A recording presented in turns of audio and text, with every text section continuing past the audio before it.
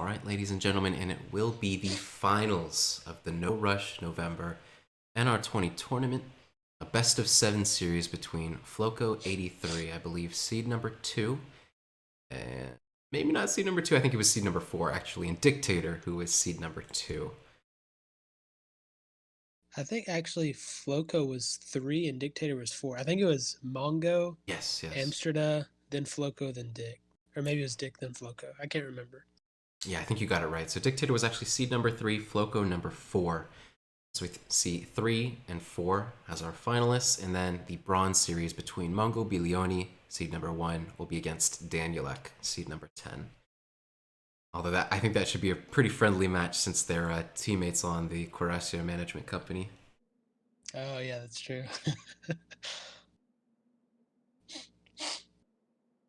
So this is like a really weird matchup. I guess if you want to introduce the players before we talk about it. Sure, so we see FloKo83, the favorite to win this series perhaps, or at least it would be his first Treaty Tournament victory. He's playing in the color teal, Chinese, to the northeast side of the map. Wait, northwest. I do know my directions. Northwest. To the south, we have Dictator in the color red, the perennial treaty god. Won every treaty tournament for the past 4 years, and I guess looking to make another victory for himself. The prize pool for this tournament is quite substantial. I think one of the highest paying treaty tournaments ever. $250 going to first place and 150 to second. So there is 100 points on the line in this series. I think both players are looking to take it. Yeah, so this is a really weird matchup. Usually Iroquois is considered quite bad in 20, I think. Yep. But he wouldn't have picked them if he didn't have something prepared. Yeah, I think the main problem with Iroquois is that on a lot of maps they usually struggle with wood. We can see this is ESOC Andes right here, so there's that issue is kind of alleviated. Another issue that they commonly struggle with is just the train time of their units. I don't think they get fencing school or riding school. They only get engineering school, which, if I'm not mistaken, is not actually in Dictator's deck. That's pretty interesting. Let's see, are you seeing what I'm seeing? By the way, I don't see any engineering this school in bad there. boy's here again. In Dictator's deck? Let's Yeah. see. No, I don't see it. So that's a very Nope. interesting little bit. Usually, one of the problems with Iroquois is that their units train very slowly. And what that means is that when you Yeah. kind of get behind a little bit in a fight, that'll snowball because your reinforcements will be that much slower, your opponents will be faster, and they'll be able to, keep up an engagement, a little bit of a population advantage, and that kind of just, like I said, snowballs outside of your favor. That's one of the reasons Iroquois struggles, but on this map with the Andes technology that you can get from, sorry, not the Andes technology, but the Inca technology that you can get from these Yep. native posts, that kind of alleviates that because it speeds up your unit. Yep. So this map is kind of So one of the better maps to play Iroquois on, but against China, which is largely considered the #1 civilization, like you said, that's going to be kind of a tall order. he has to have something prepared. Like this is what I was saying before. I was wondering if Dictator's saving any fancy strategies or unstandard things, and apparently he has. So this has to have been prepared, or he wouldn't have picked Iroquois into China in a finals game. Maybe if it was like the round of 32 and he just wanted to have some fun, but here I don't think he would have done it. Yeah, and this 25% speed treasure. So even FloKo is going to pick up on that. Yeah, they're there. This is going to be a contested treasure. I think what's kind of especially funny is that FloKo isn't using the stun ability to, try taking the treasure. I mean, obviously he couldn't Yeah, because then he he would. just stunned his the rifleman. He just whacked him with Yeah. it. That's always fun to do. A lot of people don't know. You can like if you have an opponent with like a native civ that converts units. Actually, they're going for it right now, or FloKo is. You can actually crack shot them with. Or you can use any of your explorer abilities on converted guardians. So like if you're an European civ, you can walk up and like crack shot one of the Pokemon that Sue gets from converting all of the guardians. That looks like FloKo. Yeah, Oh, that was FloKo. Yeah, all right. I mean, that's actually pretty big, especially considering the yeah, civilizations. Both players really enjoy utilizing their explorers to the max. That Chinese explorer able to train 10 disciples at the battlefield. That's really good. Won't be able to abuse the cover mode bug in this particular match because it is against tournament rules, but seeing that explorer walk around at 5.63 speed, just going to make him all the more troublesome to look at deal it with. just zooming. Wow, look at it just flies. It's as fast as some cavalry. A cavalry, I think. Some cav has 6.5 speed, right? Yeah, so I think like Lancers have 6.5, Oh, Cuirassiers, I it's think. 5.6. Never mind. Okay, Let's see. the Explorer. I Oh, was yeah. thinking it was 6.3. Okay, but still, fast Explorer. He's zooming.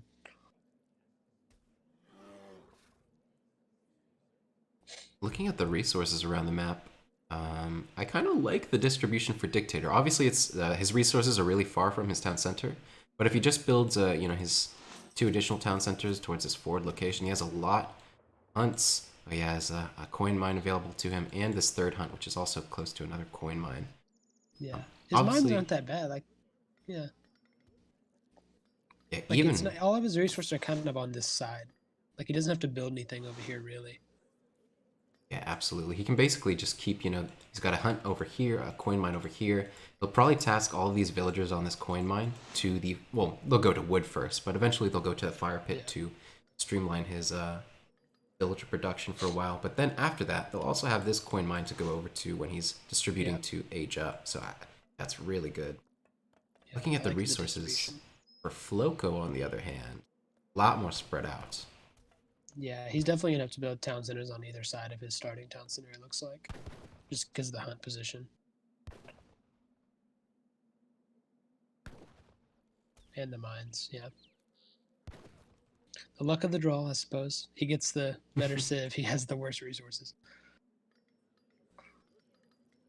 So it is of note that once this game has transpired, FloKo won't be able to pick either China or France for the rest of the series, whereas Dictator will still have one of those two civilizations in his pocket.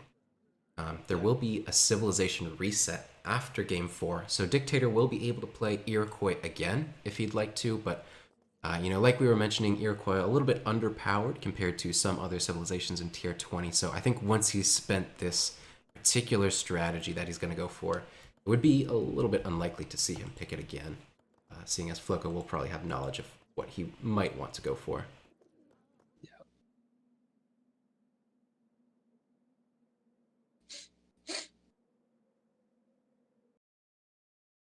So pretty.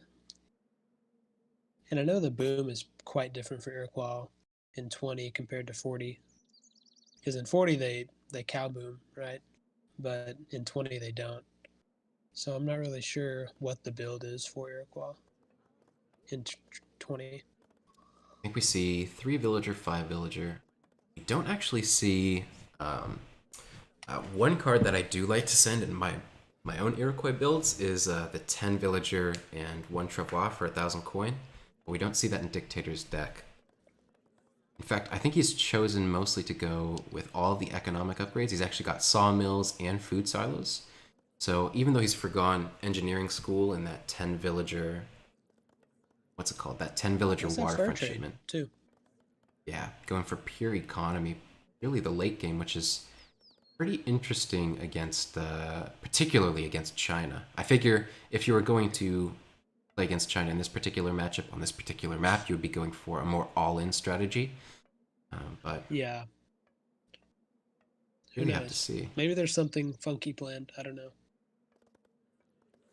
Do you, does is do people usually use fur trade with Iroquois in numbers 20? Yes, so there is a particular build order. I've seen some players do it in Imperial, some do it in just Industrial, but you're able to fur trade and then get a huge mass of, overpop to, or sorry, not overpop, but get to 225 out of 200 population with just purely light cannons. And then with your town Oh center God. big buttons, you actually get an overpop with all champion tomahawks and a lot of light cannons.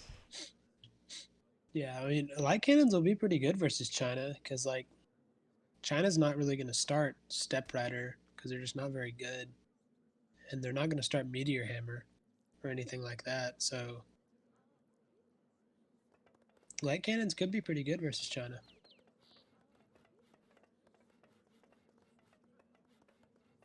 Light cannons are just a good unit in general, really. Yeah, we'll have to see how FloKo plays with that in mind. If he goes for something maybe hyper defensive with like 3 layers of walls, trying to mass hand mortars behind it. Um, Maybe if he goes for like a full cavalry start, be interesting. I don't Yeah, know if that would necessarily be the most effective way to fight it, but he does have a few options available to him. yeah, it'll be interesting. I don't know. I think it's going to come a lot down to what he scouts. He's going to have to scout and see what's happening. Even we don't know what's happening at this point, so I guess we'll see.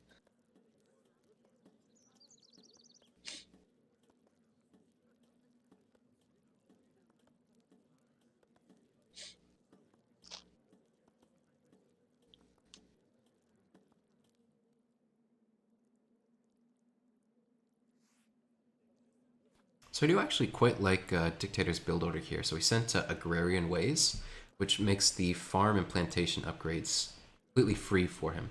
So he's able to get, you can see, just taking a look at his explorers, or not explorers, his villagers. He's got, I think, the 10, the 20, and the 30% upgrade for his food gathering. And he's also got, not quite sure what the plantation upgrades do. I think it's 15 and 35%, if I'm not mistaken. But you add those on top of both placer mines and hunting dogs, and Iroquois villagers actually become much faster gathering than either European or uh, native villagers. Yeah, they're really good right now.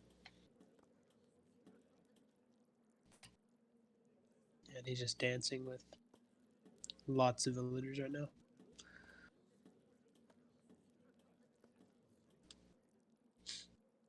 And Iroquois is considered probably one of the hardest civs to play.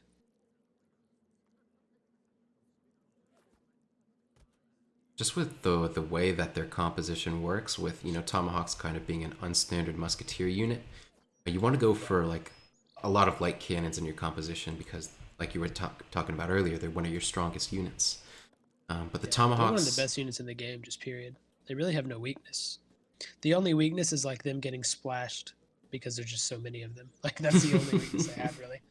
yeah, culverins tend to get multi kills against them pretty Yeah, frequently. that's like their only weakness, but otherwise they're really good units.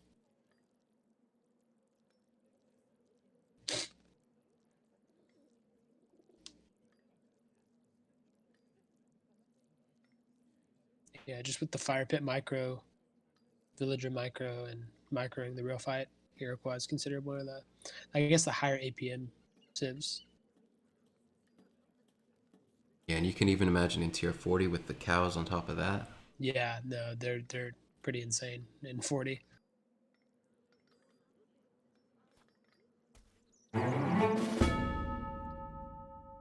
It's kind of like British on steroids.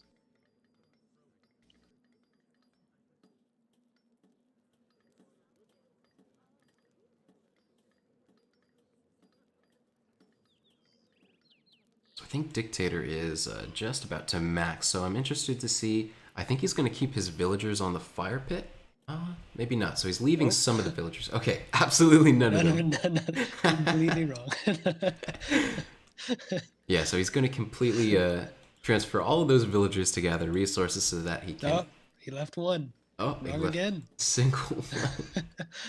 I guess maybe that's on the experience stance, but sometimes in some of my booms, I like to save a villager on the or sorry, all the villagers on the fire pit so that I can get the travois out. That'll let me get my plantations and my farm upgrades. And Yeah, usually, by the time that it would take for me to redistribute all my villagers, they're walking around the map to get to the resources. Usually, I'll have the resources to just age up straight out. But not the case here with Dictator. He's taking them all at the fire pit. Maybe he'll go back to the fire pit later to get those travois, but let's see. Right now, just streamlining for the Imperial job. yeah, I'm really curious how this is gonna go. Like, I want to see what Dictator's planning because I still really don't know at this point.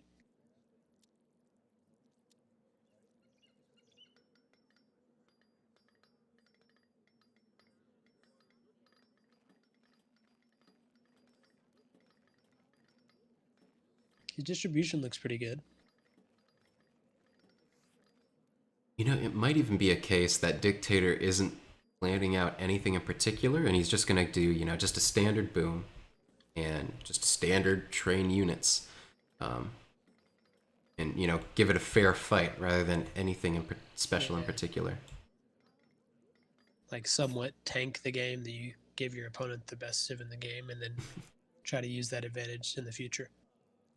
Yeah, and it does make a lot of sense. Iroquois is a non-standard civilization, and is he really likely to pick it again within the next 3 games? Whereas if you were to use something like Portuguese or British or Japan, he wouldn't be able to pick that again in the next 3 games. While he might want to do that, so by taking it, and potentially tanking this game, maybe it doesn't go to his favor at all, and he gets crushed. That's kind of okay because he doesn't plan to use Iroquois again. So overall, it's a good macro strategy for the series. Because it's a best of 7, I guess you kind of gotta play more civs than you normally would. But I guess really you can play like Port, Brit, Japan, China, and that's your 4, and then you can replay 3 of those. So I guess I don't know. I guess we'll see.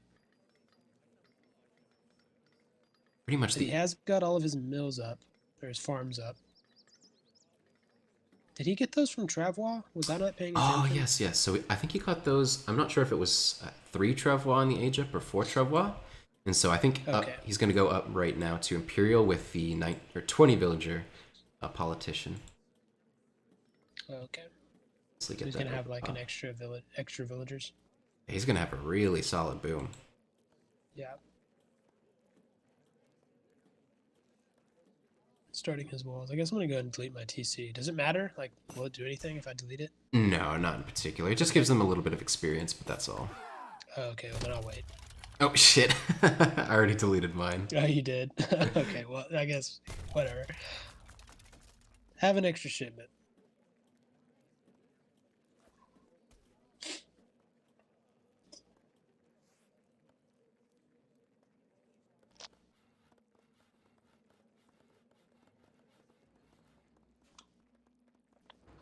Alright, so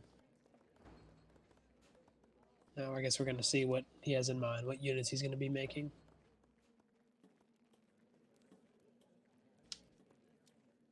I think he sent Siege Discipline, which I think that's the card that reduces the population cost.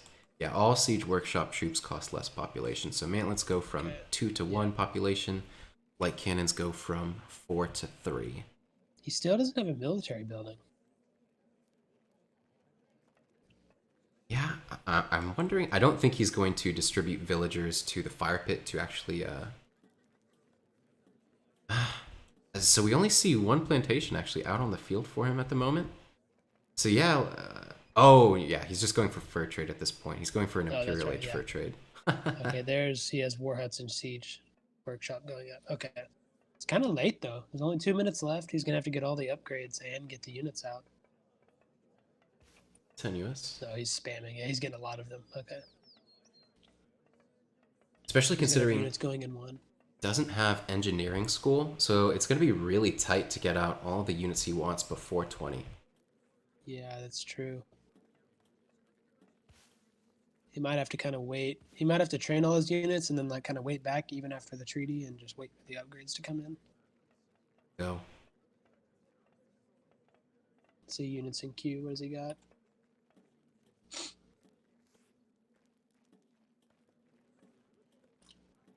Switching over 20 villagers from food to wood. Now, some more, like another 15 villagers. I'm really curious. I'd like to see him utilize the fire pit. I think, while he has enough coin in the bank to sustain, his push, his military for maybe the next 3 or 4 minutes after the fight, he's going to need, to get some plantations up because after a while he's not going to be able to sustain production for his primary quality units, which is those light cannons. It's gonna have a really good boom, a really strong score at He has a lot the of crates 20-minute on the mark. ground too. Yeah, getting those from the longhouse. I'm not sure where they spawn from. Yep. So it's gonna be good. And he shipped trackers, elite trackers. That's interesting. So he sent elite trackers, and he's training tomahawks right now. He's training light cannons as well. So that's normal. Comes out the first batch. Still no upgrades, so we do have elite tomahawks, but they aren't guard nor imperial. Still getting up the wood, but yeah, he's gonna be on really low coin count after this. So do those Cree trackers? I know native units don't count as population for European civs, but do they count as population for a native civ?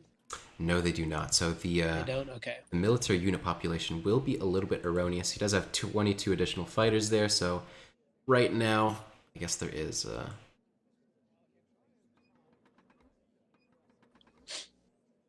little bit of an edge to Dictator, but you also have to consider he's just So what do we barely. have? Oh wow! Look at FloKo's walls. He has 5 layers. Oh my god! Wow. Yeah, he's prepared.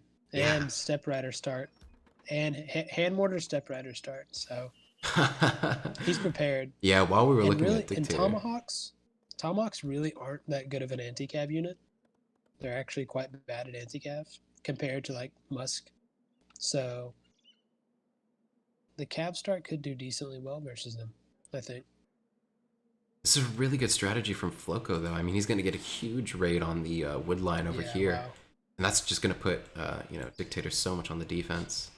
And that's what you want versus Iroquois, right? You want to deny their wood. They're like one of the most wood-heavy civs along with Aztec, so you want to keep them off of wood, and they can't make their good units. What is he mad at? I think he ran past the villagers a little bit. Won't use explorers. Did he put them in cover mode? Can he take them out of cover mode? Oh, I know what happened. What happened? So I think he actually got a banned technology. So what that does... Oh, he accidentally researched it? Yeah. What that would do, it's a little bit of a bug. It would give him an aura that he otherwise shouldn't have if his explorer is close to his units. But nonetheless, we'll allow it. He's not going to use his explorer for the rest of the game. If he doesn't use them, yeah, I guess it doesn't matter. That's really unfortunate for him though, because now like that's a big deal. Like his explorers tank a lot. Oh wow, look at this flank. Oh my god! But look at the step riders get melted. I mean, like step riders are equally bad units. Like look at them, they're just dying. They just do nothing. It's sad. Then Blood Brothers coming in for Iroquois. Really good shipment. It's a good fake out too because it makes it gives FloKo the impression that Dictator scores a lot more. Yeah. I know European civs, it gives you 243 fake score. I don't know what it is for Iroquois, but it gives you a lot of fake score. Just upgrading units that you'll never get. FloKo's, his hand mortar mass has just gotten completely tanked. He's even got some incomplete walls over here, which is like an opening for Dictator. Yeah, That'll save him a lot like of time. 3. I think massive Chukanu in the back. It's gonna be hard. maybe Dictator's biggest problem right now, you can take a look at his coin count. He has absolutely no villagers gathering coin, even though he does have one plantation now distributing some villagers to it, but he's not going to have any more light cannons in the back of this. So and he's lost the remaining light cannons that are with his army at the moment. He's not going to have any more production of those for quite a while. He will be able to mass more tomahawks. I don't think like he idle has... tomahawks over here. It's sad. It doesn't even have something like the upgraded Kanyas to balance out his composition. It's just going to be pure natives and tomahawks, which against this, I forget what the name of, I think it's the standard army, which is the Chukonu and the Step Riders. It's going to perform pretty poorly. Yeah. It's one benefit for Iroquois. Their Incan natives are like insanely good. So there's a little bit of a benefit. He has a large mass though. Like he's kind of abusing the more stuff principle. I have more stuff, even if it's not as good. I just have so much of it.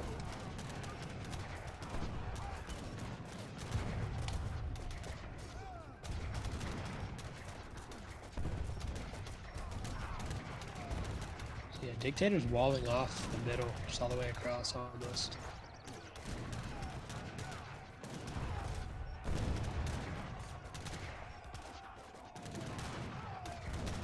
was kind of wondering if we'd see like stealth forest prowlers walking into the back of his base and building something in the back of the base. I'm wondering if Dictator even has that card in his deck. It doesn't seem like he doesn't. I don't think. I think I looked earlier. He doesn't, but that actually kind of be something funny to see. Because there is like, see, you mentioned that hole in the wall. Basically, there is a tiny hole there. Yeah. In that one layer that he could walk through, which would be pretty funny. So I guess, I mean, I don't really know how this is going. Really, it's just like. I think FloKo's kind of consolidating at this point.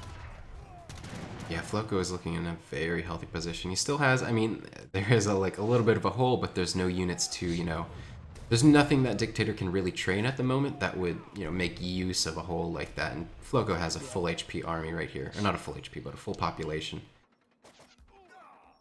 Yeah, he's got everything walled off that he needs to have walled off. Dictator just does not have the ability to gather the coin. He would need to get upgrades for units that would balance out his composition. He's stuck in this position where he has to train Tomahawks because that's the only thing he can gather. Here comes Mantlets right now. See if those do anything for him. FloKo shipped 21 Chukanu as well. Even Repelling Volley coming out right now. It'll work wonders.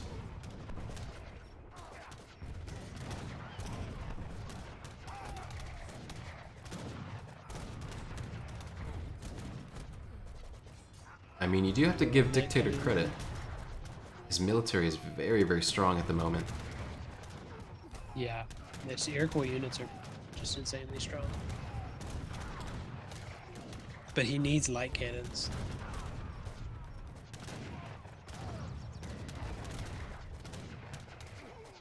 If he wants to see any forward motion, he needs some artillery in the back of it. Even just something like Kanya Horsemen, having those on the field would do a lot to balance out this composition against the Chukonu mass, but he doesn't have the resources to get those upgrades, so he's stuck in this unfortunate predicament.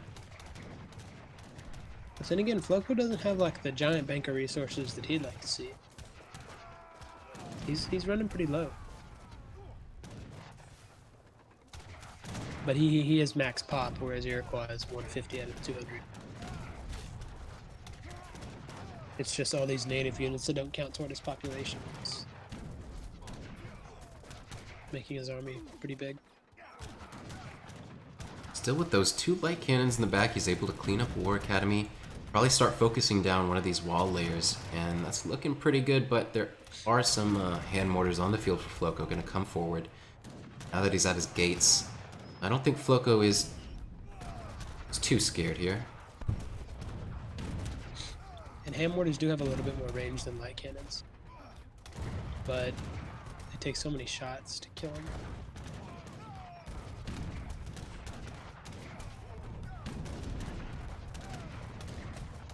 It's like Dictator can push FloKo back, but as soon as he gets behind the walls, the Chukanu just go to work.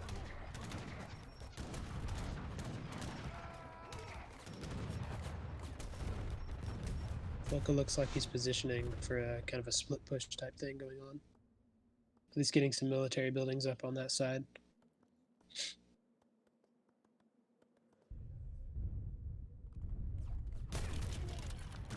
You know, I really am impressed by what Dictator's been able to do so far. This brute force of just like beating his army down is actually pretty cool. I didn't know this was a thing. Even though he's kind of been locked into using, you know, some units that wouldn't traditionally be very good against what the China army is fielding, you know, Tomahawks against Chukonu, he's really making the most of it with both the natives, you know, the Bolus warriors, and all of the, you know, kind of... The Hominka getting into melee with the Chukonu is really good, just because Hominkas are tank so much. They're just a really good unit, especially Iroquois ones. And here's some light cannons, that's what he needs right there. 5 of them, so he's not going to be able to just take them out easily with hand mortars.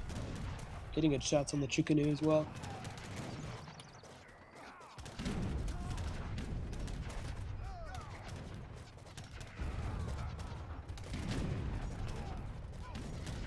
His hand mortars are basically dead now. He only has 2 left. 3 left. No, 2. Yeah, 2 left. 4 light cannons still alive. Gonna have to wait. There is another batch coming out, 4 hand mortars. Have to see who micros Dictator's first. in a really... Dictator's in a... I mean, FloKo's in a really, dangerous spot right here. It looks like. Yeah, this is looking really scary. You know, he's struggling to get his mass out, even though he's fully distributed on those resources. He has a 30 villager lead, according to the recalculated economic unit population. Yeah, he has a lot of wood that's not really serving him well right now. There's 5 more hand mortars, but it's still, there's a reinforcing batch of light cannons. Where's Dictator getting his coin from? He only has 10 on coin. I think so. He does have stagecoach trade posts, so he might be setting those to coin. See, that's consistently been like a big deal for him. Those trade posts. Yeah, besides that, big deal. Look at that, even cleaning up the side base. And you know, if he's really keen, just right click the yeah, but trading at the post. same time, FloKo isn't using nats right now. He's just not using them. Doesn't even have the resources for it. Yeah, I mean, he has a good amount of wood he could use for them, but he's has 80 villagers on food and he's still low. But I think right now is when we'll actually start to see, just the Iroquois forces start to dwindle because he's lost all of his strong natives. He's lost the Cherokee, the Hurons, and here he goes. He's gonna pull back. You can see his score has dropped a lot. He was over 1,000. And lost the Explorer. Oh my gosh, and the 2 heavy cannons coming out from the German consulate for the Chinese player. Oh yeah. It's just suddenly turned.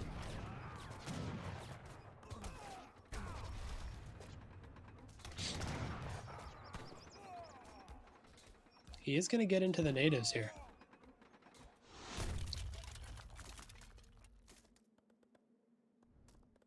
Iroquois with 4 natives, if he manages that somehow, is pretty scary. I don't think he has anything to build the post right now, but...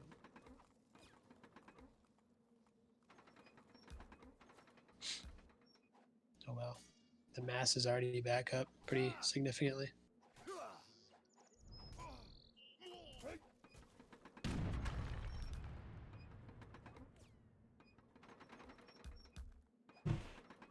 Now he has infantry combat, or he's had that, never mind. Wasn't scrolled over. But he sent infantry attack. It's got a lot of quality upgrades starting to stack here.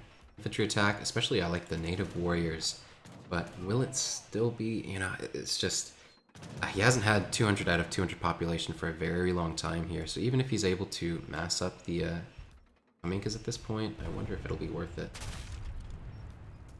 But Jesus, needle gunners. Those things are insanely strong. 50 one-hand attack. The Hominka? Yeah, they get pretty close to two-shotting the Step Riders. Yeah, they're insane. Iroquois upgrades for natives are just crazy. He needs to get those heavy cannons down is the big thing. He's getting pretty close to it. Cannons. Yeah, he might even grab them right here. 28 range? Yeah, I think so. They have less range than the light cannons, so they can't like shoot and then pull back. Close. Very close. The Step Riders on the light cannons now, though. Taking down some of the hand mortars. It's so sad. Yeah. Like they just die instantly. It's unfortunate. They did get pretty good value, I think. They take down one of the heavy cannons. One heavy cannon still alive, but on very low hit points. FloKo was able to clean up the little bit of a split that Dictator had going on, and also somewhat kind of clear up the hole he had in his walls. Yeah, a little bit. But again, he's not really using natives, so it's kind of... It's basically just to prevent Iroquois from getting the natives more so than having the natives for himself. You can see FloKo's bank is just stacking up now. He's going to be able to keep 200 pop for foreseeable future. And Dig just has like 800 resources total right now, less than 200 pop. Score lead is closing in, so it's looking good for FloKo.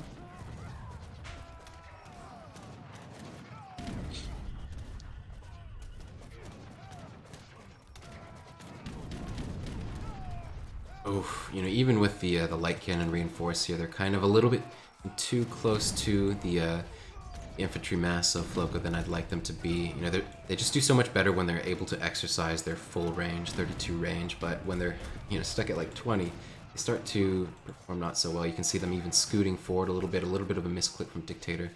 They're still safe and sound, so it's not too bad right They're getting here. good volleys though. Yeah, exactly. Oh wow, look at FloKo's. He just right clicked his or he attack move and it didn't work. It seems like, and they just walked. The army died. Where's he's going for that? Yeah, he got the heavy cannon. That's nice.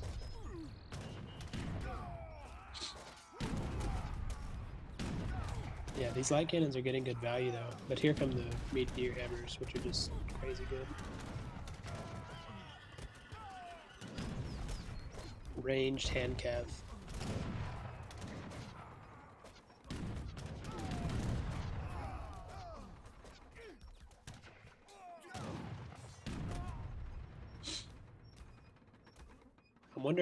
Wondering if Dictator ever switches over to Forest Prowlers, or if he just stays with Tomahawks the whole time. These Tomahawks are pretty insane. So, Dictator is on the attack dance. These Tomahawks, I think, have almost British Musketeer level stats. So they have, I think, 17 less hit points, but the same amount of range damage and an even stronger hand attack. Although that is with every possible upgrade, besides the HP upgrade. I think conservative tactics. Kind of a little bit of pause in the action for now.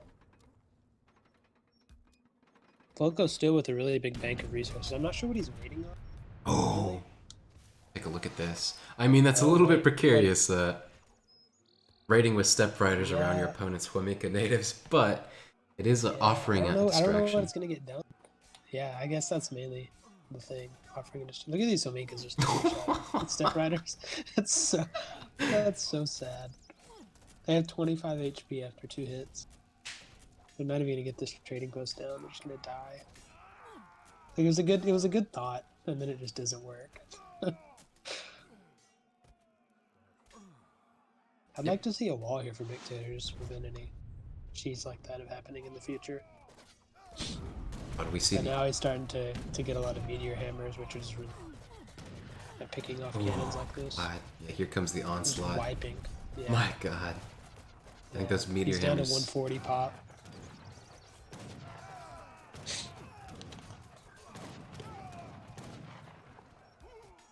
And the main thing about them is they stand there and smack the Tomahawks and melee damage, but the Tomahawks don't get to melee them back because they have like a range. So they don't get like their good multiplier. Yeah, but with the scores evening up, even though Dictator has a Blood Brothers here, it was a really, really valiant effort. Yeah, it was closer than I would imagine, like, for sure. This looks like the final stand. The Alamo.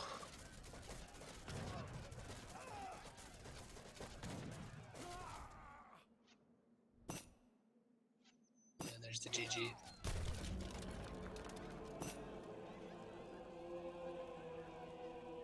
And that will put 1 point on the board for FloKo83. Gonna lead this series.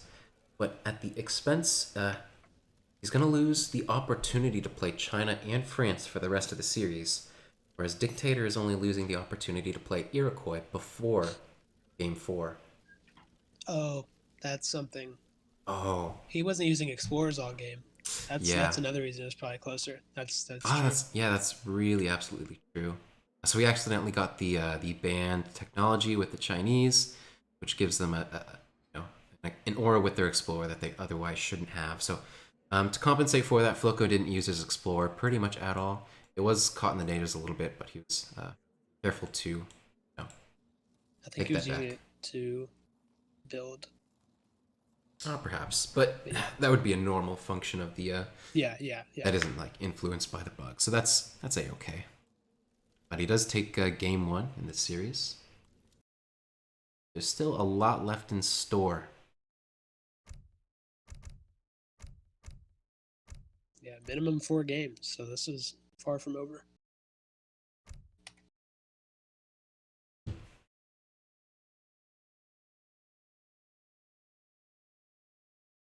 Oh.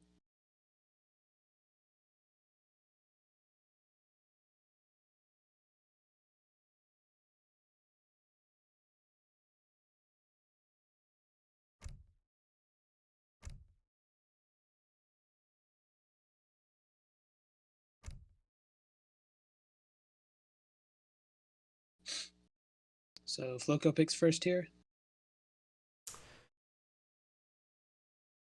All right, so yep. Okay. No, that's absolutely right. So Dictator actually did get the opportunity to pick the map out of the map pool of 5 maps for game 1, and then FloKo is going to get to do the same for game 2, map 2. He chose Deccan. He's going to lock Portuguese as well.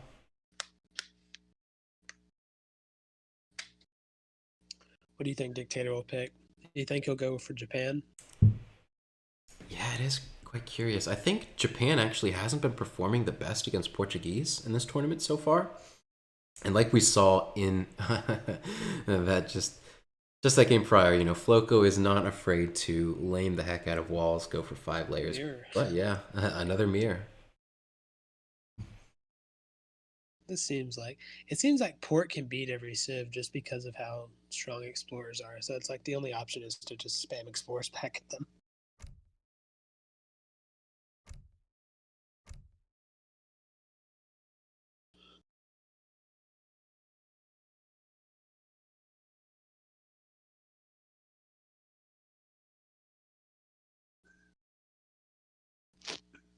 Just gonna take a quick look at the map pool.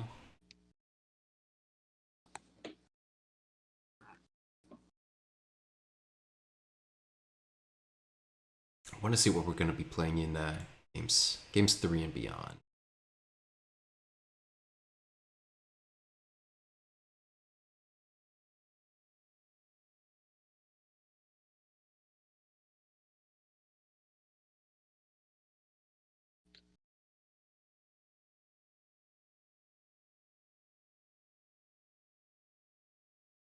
All right, and the players are ready. Absolutely. Indeed. This is game 2 of the finals match between FloKo83 Dictator. There is $250 for the winner of this series. FloKo Major General, one of the highest ranks I've ever seen in Treaty, to be honest. I think Dictator capped out at Brigadier. He's still, you know, revered as the #1 Treaty player of all time, but FloKo83 giving him a run for his money in the series so far, taking a game. Let me see. I think. What are these TC spawns? I think this is a normal spawn, if I'm not mistaken. So we will probably have to delete them a little bit earlier than even definitely. Yeah, I think it's a port mirror, especially. The crates. Just gather the crates and delete them right away. Especially, or maybe not right away, but we'll wait till the first shipment so they can get their economic theory at the right time. But other than that, it's a port mirror. It's not the biggest difference.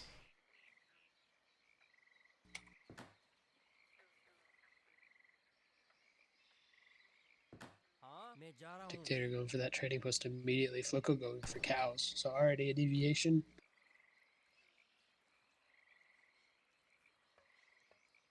Let's take a look at the treasures around the map. There is a 90 wood close to Dictator's base.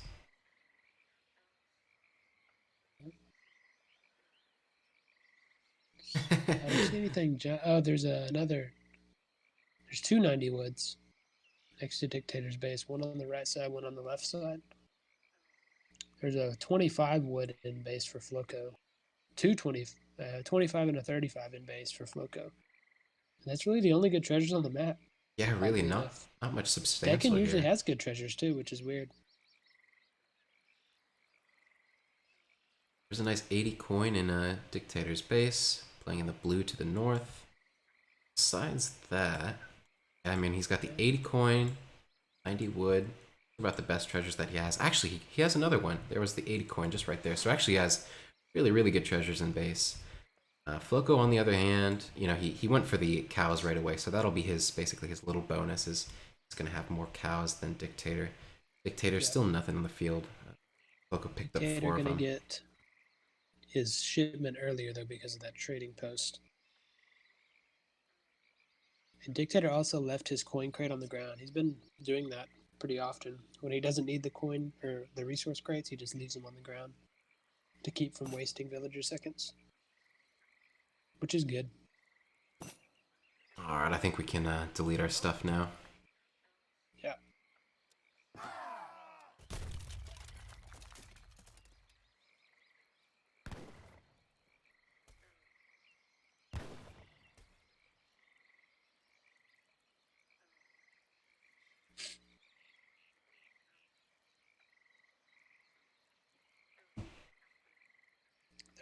There are 2 cows over here that haven't been scouted yet.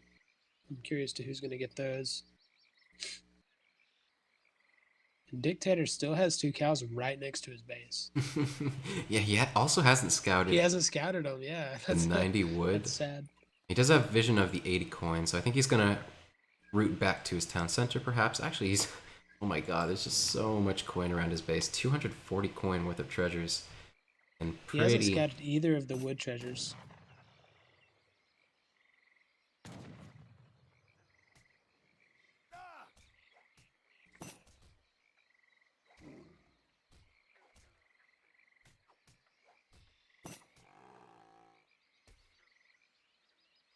So I think maybe FloKo is actually... FloKo already sent the dog. Look at that. He already sent the dog. Yeah, so that's... I think he expected there to be better treasures on the map than there are because it's Deccan, so he could use the dog to take the treasures, but little does he know there's not much. Yeah, sending the dog. But it's not going to affect his build because Port doesn't need many shipments for the boom.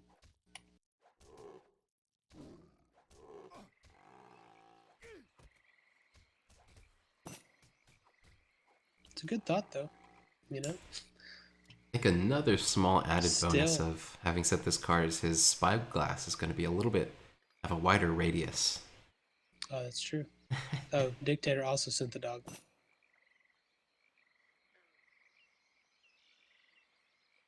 Oh, Funny. There's still these cows that haven't been gotten yet. yeah, Dictator but sees them. Yeah, okay, there he goes. There's still 2 on the other side of the map. I'm surprised FloKo might get him with his dog. I'm not sure. wow, No, Dictator. Okay, and there he goes. He sees the first wood treasure, so that's good. yeah, Dictator's side has been pretty ridiculous with 240 coin worth of coin. Wait, 240 coin worth of coin. 240 coin in treasures and 180 wood treasures. Yeah, his side is pretty good. Pretty good indeed. I guess the benefit of FloKo's side is he had those 2 smaller wood treasures in base, so those kind of kept him from having to chop really in transition. Whereas Dictator, since he didn't see any of his wood treasures, he had to chop for his glacier mines.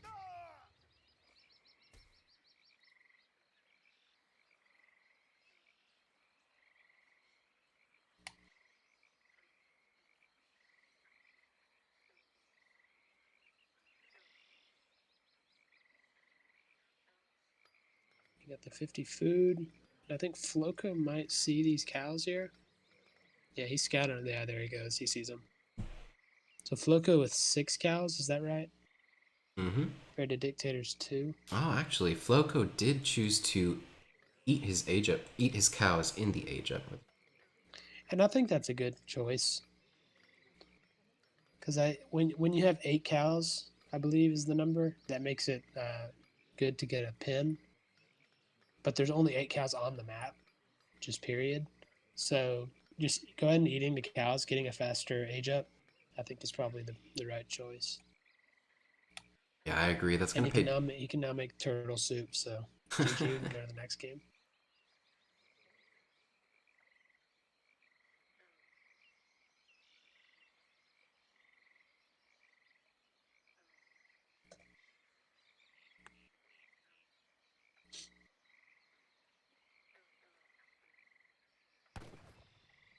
Yeah, look at Dictator's distribution compared to FloKo's.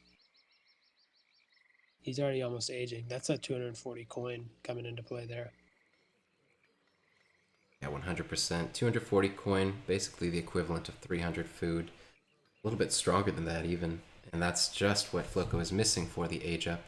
It's going to get up maybe about 10 or 15 seconds later, and that's going to be quite impactful, having to delay About that one third town villager. center. Yeah, that's nice. It's really nice. And FloKo had to kind of re-macro, so he had a lot of villager walking seconds because he had to take a lot of vills off coin to put on food to make sure he didn't overgather.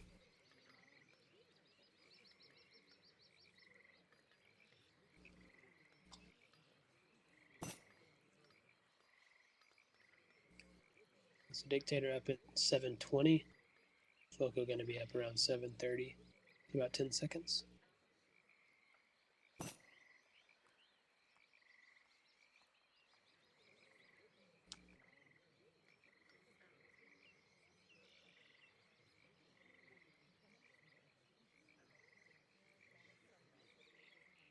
Still no one scouting this yet.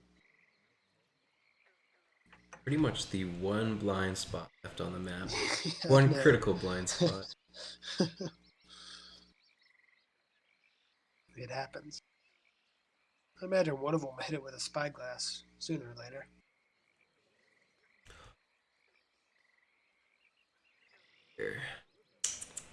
Something I just noticed, usually on Deccan you don't really have to worry about the hunts because they're kind of sporadically placed. You only get hunts of like 5 or 6 deers, but something we did miss. There's a missing native post for Dictator. Oh, wow. Yeah, so I think we'll have to inform the players that there's this little imbalance, and negligent casters have to ask Dictator Dictator not to use it. That would be a little bit I guess the unfair. good thing about it is that Bhakti are probably the worst native in the game. To be honest, like they don't have any good upgrades really. Their units are bad, so it's not that big of a deal not using them.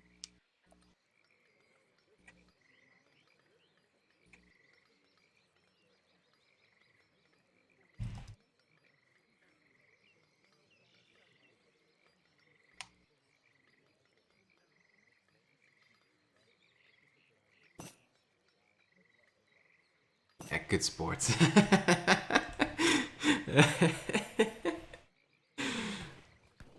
Dick a good sport though, so it's not quite worth restarting a game at the 9-minute mark. I think these players are content to just play on without using the natives. Yeah.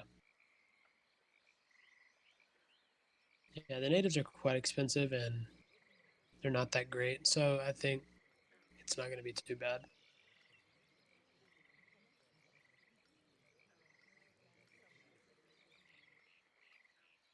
Pretty even scores. Pretty even industrial age up times. Dictator's still a little bit ahead just from his lead earlier. But it's pretty even right now. Yeah, I'm just taking a look at the settler populations, and FloKo is ahead by 1. Both players Yeah, are he's aging up. actually, yeah. So technically they should be, at the same level, but FloKo does have a tiny edge there. Just 1 villager ahead. Yeah, Dictator has a tiny. The reason may be Dictator might have idled his TC a little bit more in that age 2 just to get his age up a little bit faster. So that could have been what it was.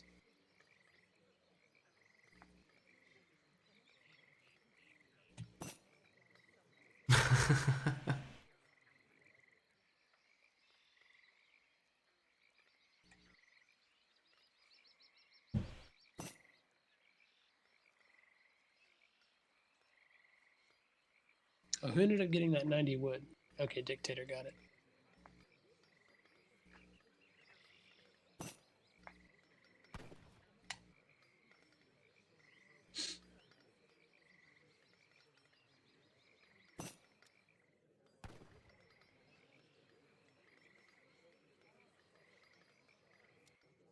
What's quite interesting is there's still a lot of divergence in both of these players' decks.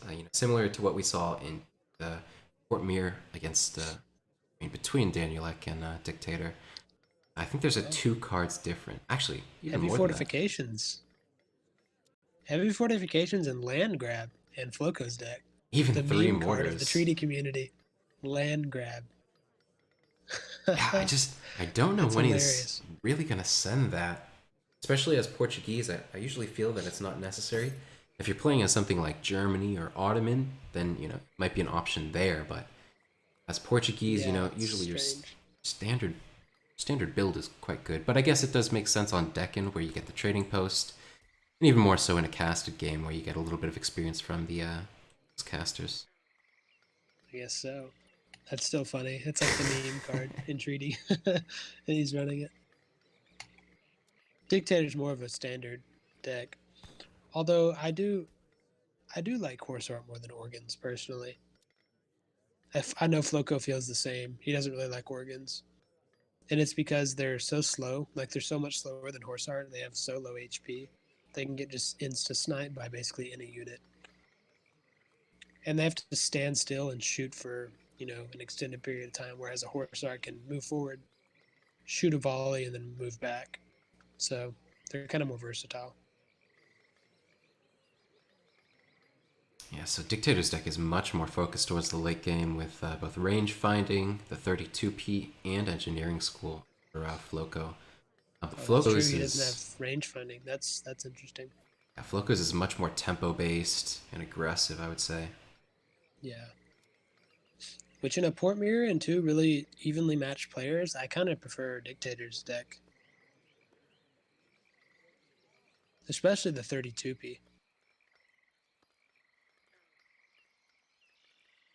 because their overpop units are just great to have.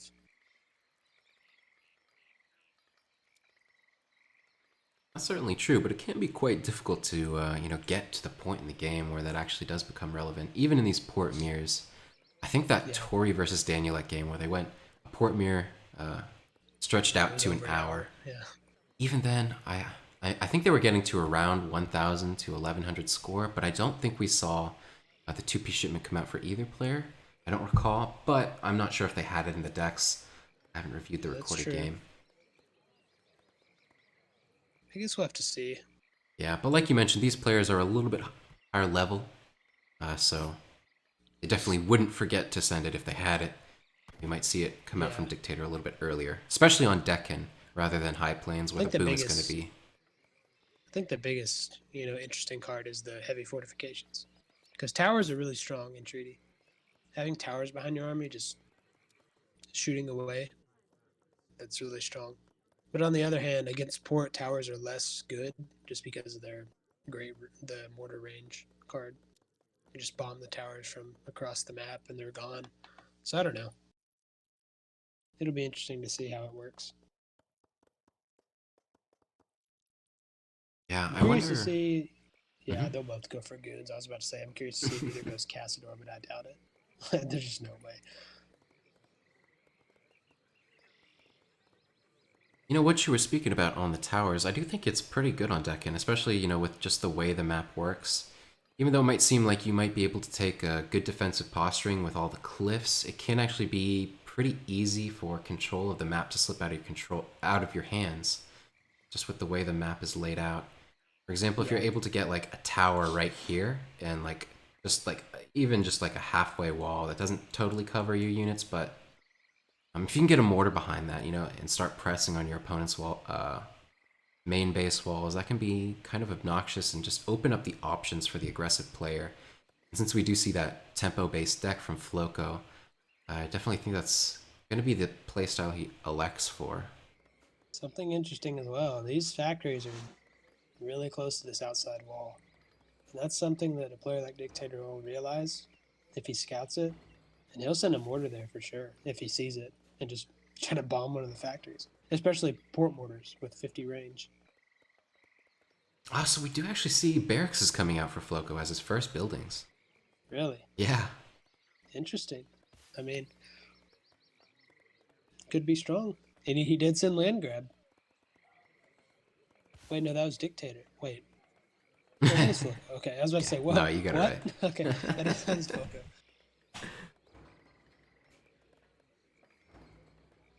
Yeah, Dictator going again with his sustainable agriculture build. FloKo going land grab to explorers. So I guess he's gonna go for. I'm not sure. I guess he's gonna try to go heavier on artillery. Maybe I don't. I mean, I don't know. That is The strange. only problem with that is it's so easy to tech into hussars when you're going goon start that like going cast artillery kind of can get countered pretty quickly. Do you think it could no, it's definitely cast start. I was gonna say maybe it could be like a musketeer start. Not at all common with Portuguese. That'd be really dubious. I think Yeah. a little too ambitious. Musketeer are good against goons. I doubt it.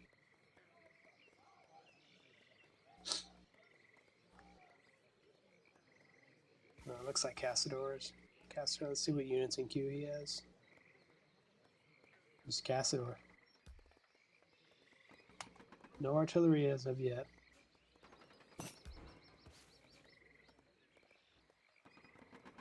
No, his dog. Being a good sport. Being a tournament game, you know, I wouldn't be surprised to see it just get walled in and say, too bad, your dog. But good sportsmanship. That dog is a serious danger, though. Even if you let it in, that's definitely going to be... yeah, but no. it can't siege. So, like, if it gets walled in, it's just there. Ah, true. Once you've got it trapped in your base, you can just build a wall around it while your opponent isn't looking.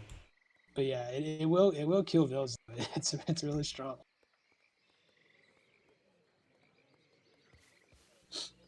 And I imagine Dictator will scout this Castador start, surely.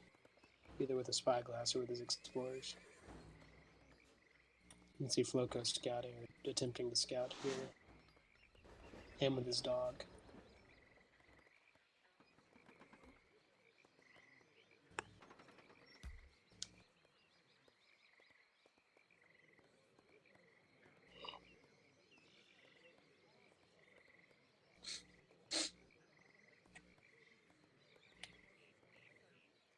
Yeah, and FloKo's positioning Cassadors on the flanks too. He's going to get ready to go in for Vils.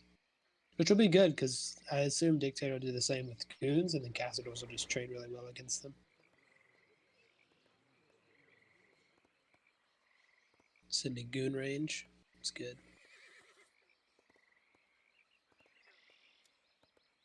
Oh, we even see infantry combat coming out for FloKo as well, teching up to Imperial right now. This has been pretty good for him. He's even going to get... And sending attack. Yeah, he's going to get max pop faster than... Infantry attack. Faster than Dictator. Yeah, Dictator doesn't even have 200 population in houses. Okay, they're going up now, so that's not a problem. But yeah, has FloKo transitioned to mills yet, or to plantations yet? He sent land grab, but he hasn't transitioned yet. He does have, what, 6 mills? No, just 5, never mind. I think this is going to be really, really good for Dictator. Sorry, FloKo, yeah, but this right here, I'm waiting to see if this gets exploited. The factory is close to the walls. I'm waiting for that. I really think Dictator is going to be on his toes so much. I think FloKo is going to, do a good job of keeping the pressure on Dictator, especially with this complete counter composition. Yeah. You see these goons snuck by the Cassadors here. Okay, never mind. They got targeted.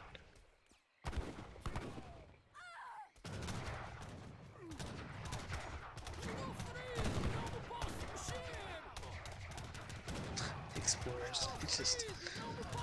Look how long it takes to die. It's like 60 Cassadors just... And it looks like Dictator really wasn't expecting it. He kind of charged in and then back quickly. Yeah, but this forward town center is going to put in so much value. As soon as those explorers die, immediately going to be able to. I wouldn't be surprised if we saw FloKo ship mortars pretty quickly here. If he had, does he have them in his decks? Yeah, he does. Okay, so I wouldn't be surprised if we saw that.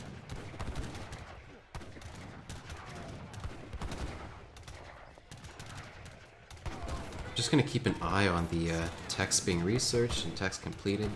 I might expect FloKo to, even start training or start getting the upgrades for, musketeers and try to prepare for potentially a hussar switch from Dictator. We'll have to see. Yeah, Maybe well, he already started his Hussar switch. You can see the vet Hussar's already in. Oh wow. Okay, And so he shipped organs, okay. And he has Imperial organs, actually. So those are gonna do work. we actually do see Jeanette's being upgraded by FloKo, so he's just gonna go for a standard Portuguese range composition rather than one that's Yeah, purely FloKo infantry did make based. mortars. FloKo's did make mortars, and he does have Colves out as well. And he's got nearly full map control at this point. Although we do see Hussars coming out on the side here to come and go and hunt down those Castors on that side. Oh god. And he just sacking his goons for the Colves. That was an AoK Probably trade. worth. Yeah. Probably worth, yeah. It's like it depends on what happens with these organs. If he gets a bunch of value with the organs, then it was worth. If not, not really. He could probably just go behind and snipe those mortars too. That's what he needs to do. He doesn't want to lose this town center here. 600 wood at this point is too much to rebuild it. But he has a second one right behind it, so it's not a big deal. We actually see FloKo doing what he was talking about in chat earlier. Melee the organs. That's another reason he doesn't like them. They have so low HP. Yeah, he hates organs. Oh my gosh. Oh my god, and those volleys. Yeah, but you gotta love those right there. Wow. Yeah. And you can see the score advantage, you know, popping up.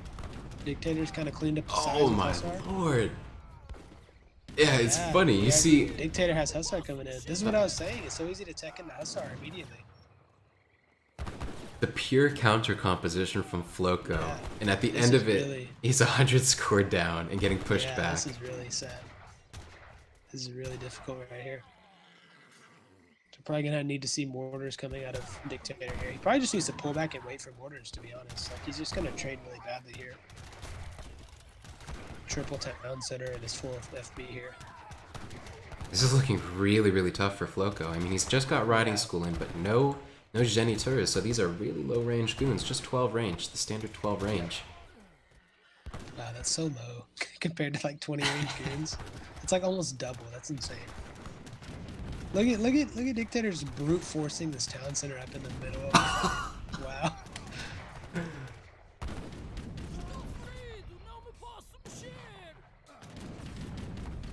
Although he doesn't, his organs are still far in the back, and his goons are up here, kind of solo fighting with a bunch of Cassadors. So, but I still prefer Dictator's position here for sure. Yeah, FloKo not even really able to exercise good advantage around the sides by walling up and building towers. He hasn't even sent heavy fortifications, but he's personally bought Bastion himself.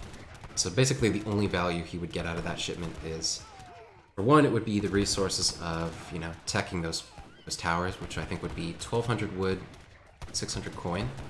But it would also save him 2 minutes of research time and some macro. Still probably not the highest value shipment he could be sending at the moment. But yeah, not making use of... Towers would do really good here. Yeah. In a defensive stance, towers are pretty good. Yeah, imagine he here had come like more organs. 4 towers at this middle position. Yeah, FloKo needs Colves, for sure.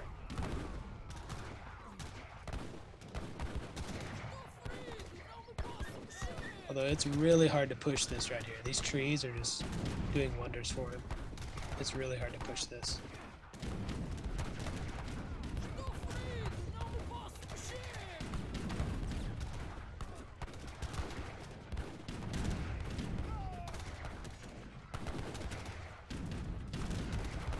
Cav Combat coming in for FloKo.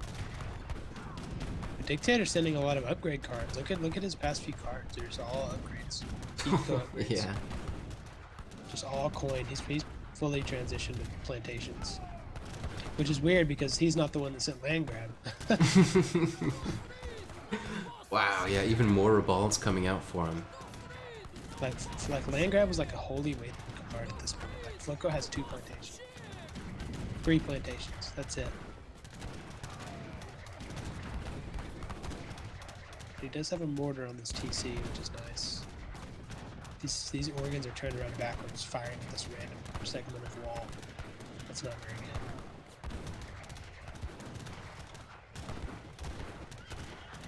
Score is evening out a little bit.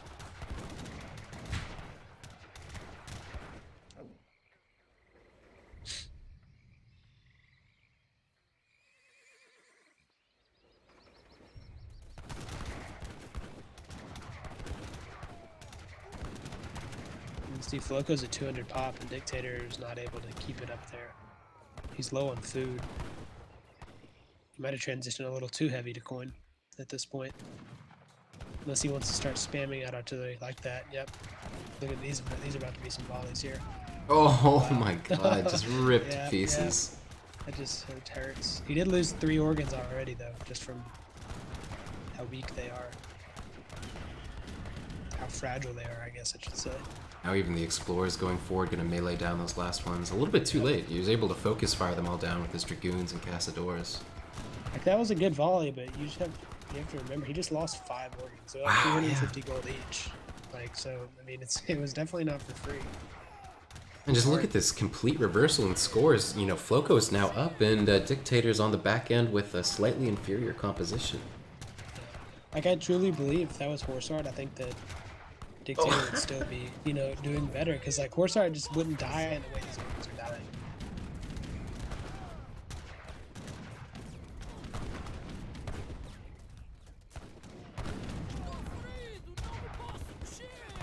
Oh, and he just sent artillery HP.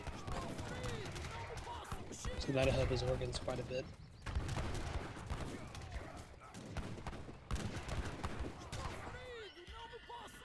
Wow, Dictator actually I think making a full retreat. Yeah, the main issue with this is Dictator is unable to keep up his pop. He's been at 170 for like the past couple minutes, and FloKo's been at full 200.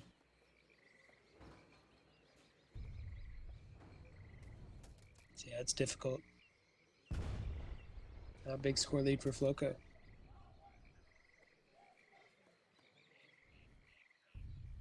Something you see these players doing constantly. I did note a 3 Hussar raid coming around the side for Dictator earlier. I'm not sure if it accomplished anything, but you see FloKo doing the same here. You know, these treaty players, they actually play it like a Supremacy Pro might do it.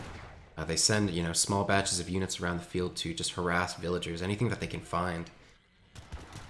This goes to show that, you know, high-level treaty is actually quite intensive.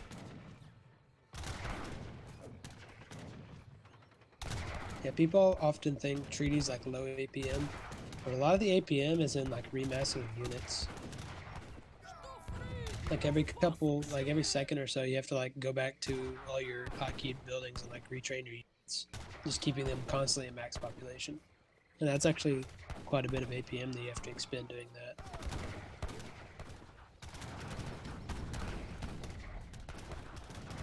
Good volleys from the organs. He has a lot of organs out right now. Probably needs some culverins from FloKo here. Here come the goons just running in and just obliterating them. Oh, some Cazadores. Guard Cazadores now being upgraded to Imperial, finally hitting the field for Dictator. But his He is. I think that was a good trade. I think those organs got a good value.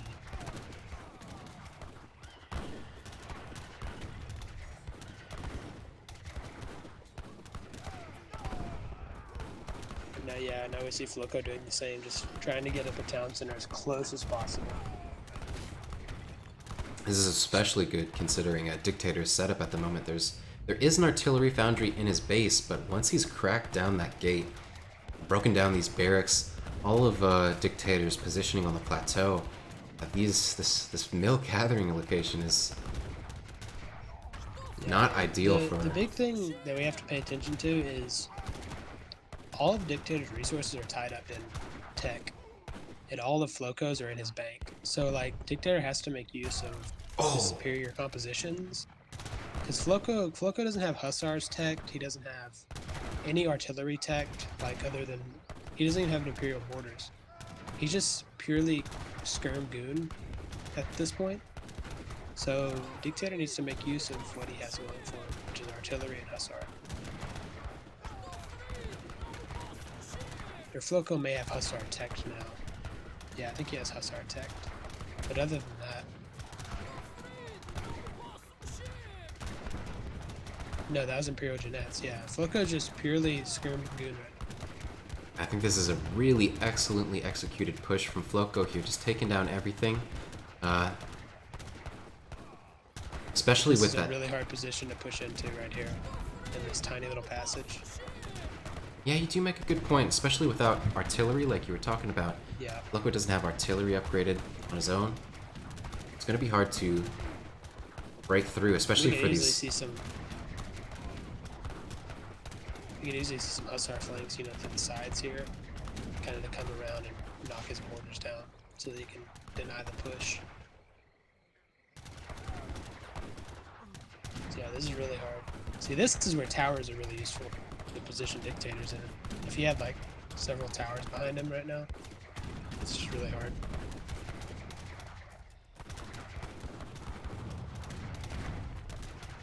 Yeah, FloKo's bank is consistently growing. So is dictators, but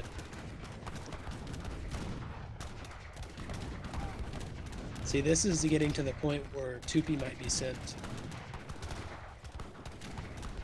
Like 30 Tupi right now, because he has the dictator has the resources for it.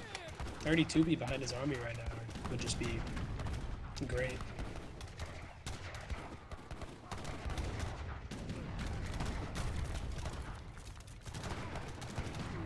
FloKo's starting a side FB over here. Looks like he's gonna get ready to start splitting. But equally, dictator here doing it as well.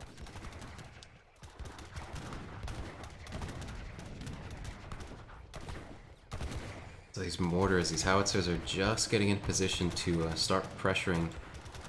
Yeah, the Food mills, gathering. that's a big thing. Yeah. Yep. It's kind Dictator. of hard having your mills so far. There's a lot of space in the back, and he just doesn't have it. Yeah. Even if those He's mills. starting to push out. You see, he has artillery coming in. Oh, whoa! Even culverins for. Yeah, look at that. Yeah. FloKo now fielding some artillery of his own. Yeah, Force-art on the they're only field. guard. They're only guard, so it's not crazy right now, but I'm sure he's starting to tech.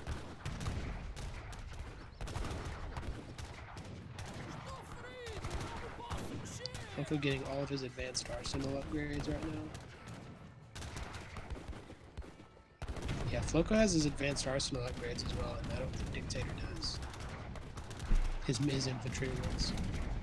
Oof, Dictator just running out of wood right now. Yeah, and FloKo's starting to push in pretty significantly. My Where God. are his factories? His factories are on food. Yeah, Dictator. FloKo's. That is really strange. FloKo's just pushing in. FloKo's stack at the end of this is just crazy. He has all the Yeah. defensive, not defensive, but aggressive fortification he needs, that even if he were to, say, get underpopped at some point and start being pushed back, he's got so much leverage here. His Cassadors have 2 extra cards on them too. Like, that's a massive deal. He has the attack and HP card sent, and Dictator only has the one big one. So his Cassadors are just trading so much more efficiently. And now towers starting to come up. We're probably going to see advanced fortifications here soon.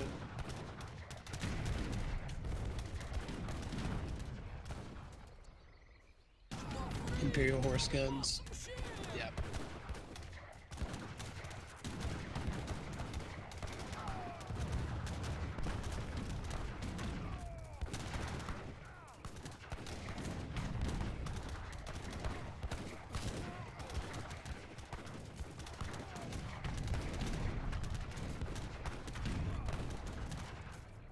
Artillery HP coming in.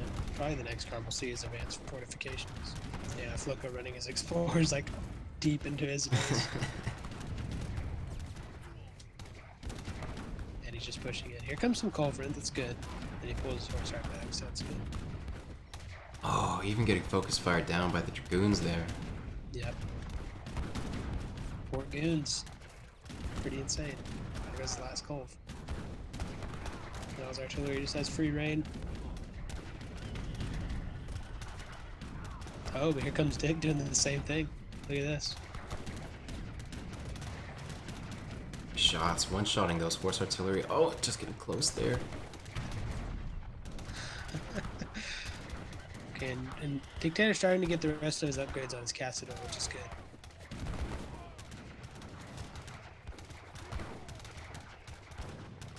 Still waiting for FloKo to get some Hussar. That's kind of like what he needs to like kind of finish this push off. He needs some like heavy melee pressure.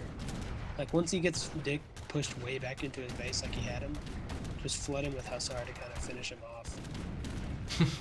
Heavy fortifications finally coming in for FloKo. Yeah, there it It's a is. really good position, especially he does have 2 forward towers. I think the Yep. only thing preventing him from going even more forward is the town center, the The original radius, town yeah. center.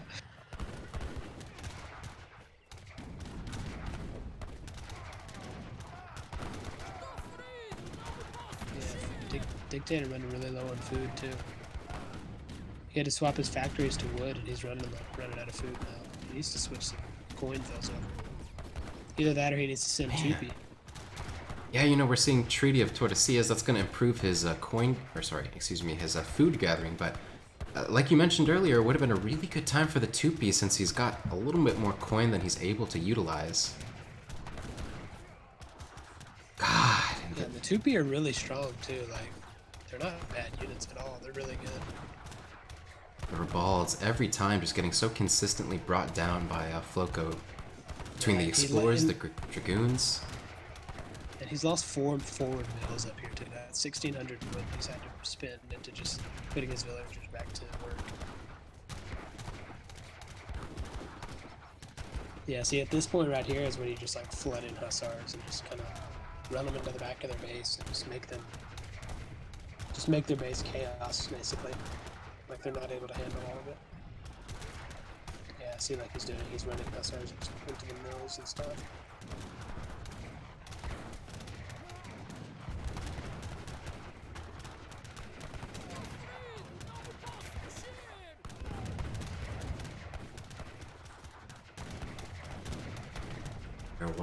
One howitzer focus firing down that last town center. I think it's going to be 3 more blasts until that thing is taken down.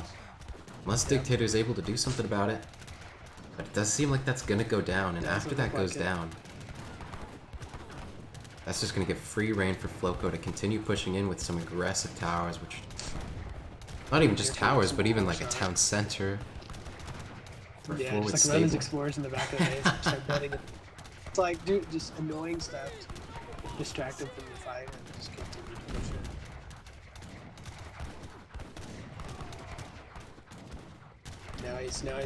He only has 190 pop. Dictator does. He's gonna start losing houses. That's what FloKo should focus. Just start knocking down all his houses.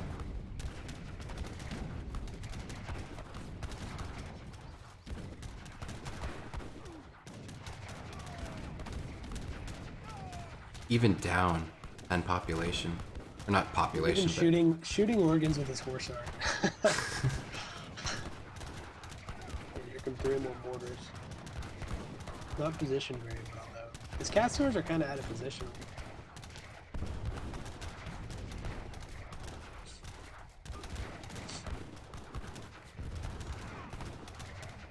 Oh, and here they come, the hussars from FloKo. Hussars, yep. I don't even know if there's... Oh, there is 1 stable left on the field for Dictator in the back of his base. He doesn't have very much production at all. Buildings. 2 barracks only. Yeah, and you can see as the hussar come in, FloKo tree up and his goons up, moves them up really close, and then he just attack moves. It just gets him a lot more position. That's what you want to do when you have melee pressure. You want to move the rest of your units up and... Wow, that was a giant organ volley. It was a really good organ volley, but oh, even some big cold blasts. Here come the hussar, yeah. This probably will spell GG here. These hussar, he's just gonna run. Yeah, see, yeah.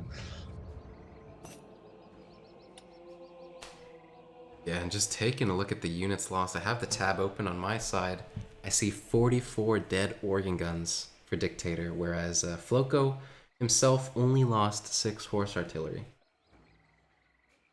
Now, given the Rebalds were kind of a staple to Dictator's composition throughout the game, where FloKo kind of mixed them in a little bit later, still, like, that just goes to show. Yeah, and that reflects in the post game. You can see under the economy tab the spent on units. Dictator spending 122,000 resources. FloKo only spending 110,000. So 12,000 more resources Dictator spent on military.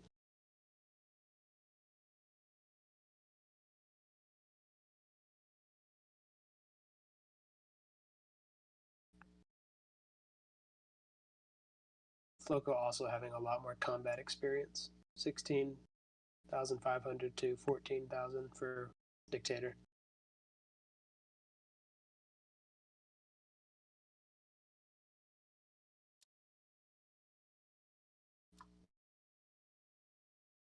It was a pretty heads-up game, though. They pretty much just stuck to fighting in the middle the entire time. A couple raids on the sides, but that's it.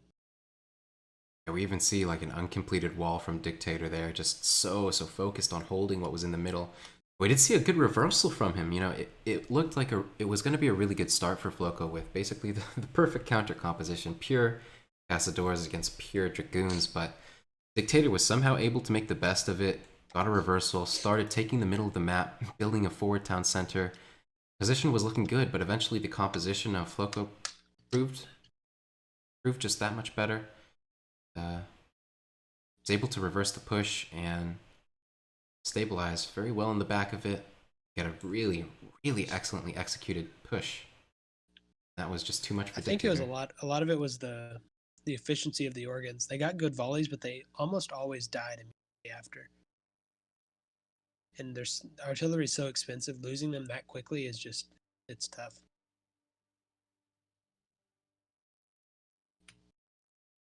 Seems like the big reversal was probably around the 23-minute mark where FloKo was slightly underpopped. But you can see after that, there was a push. And Dictator, I guess his distribution might have been off at the moment. For a good solid 2.5 minutes there, he was severely underpopped compared to FloKo, and that was when FloKo reversed the pressure yet again, brought it back. And that's how port mirrors are a lot. It's like both players pushing back and forth until eventually one player kind of pushes and is unable to, or one player gets pushed and he's unable to push back, and it just kind of rolls over into his base. That's kind of what happened there. The back and forth until one player just couldn't push back.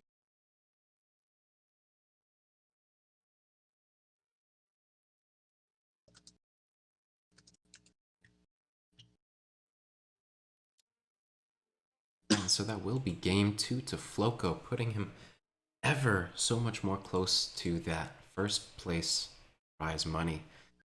There is $500 in the prize pool so far. There's 100 siphoned off to the bronze place match, 25 for fourth, 75 for, oh, let me see, 1, 2, 3. I joined the wrong spot. 75 for the third place match. Third place player. 150 going to second place of this particular, our finals match, and 250 to first.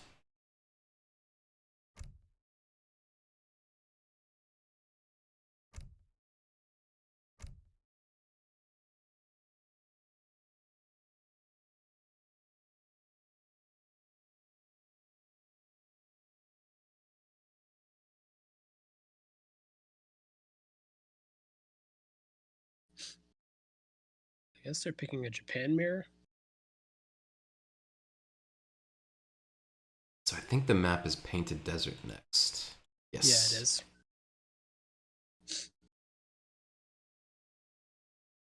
And you know, should FloKo win this particular game, map 4 will be Siberia, and that could be game point. And Japan is one of FloKo's better civs. One of his best. So he's probably feeling pretty comfortable into this matchup.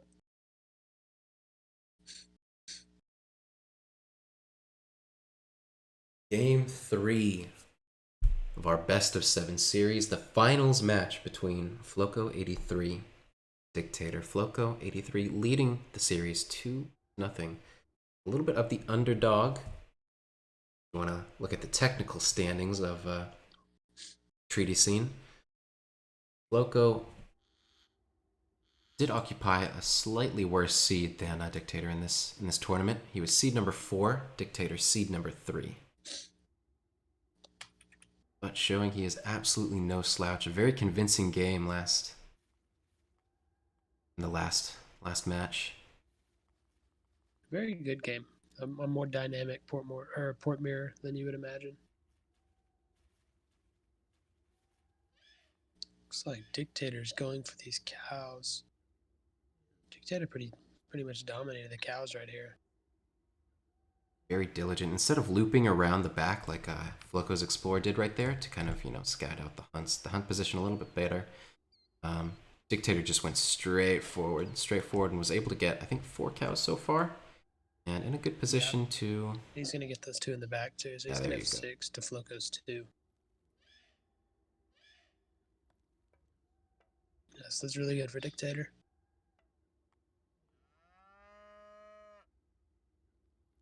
For the early consulate, pretty standard.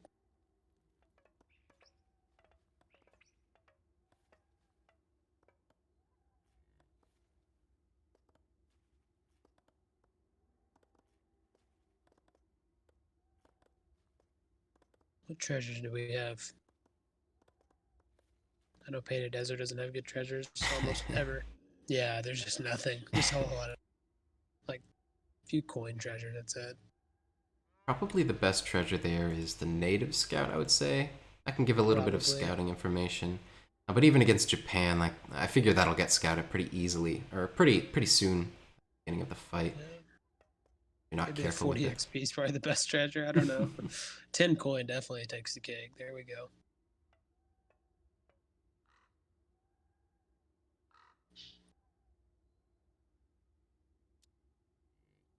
$10 almost isn't even worth the effort the explorer has to take to bend over to grab.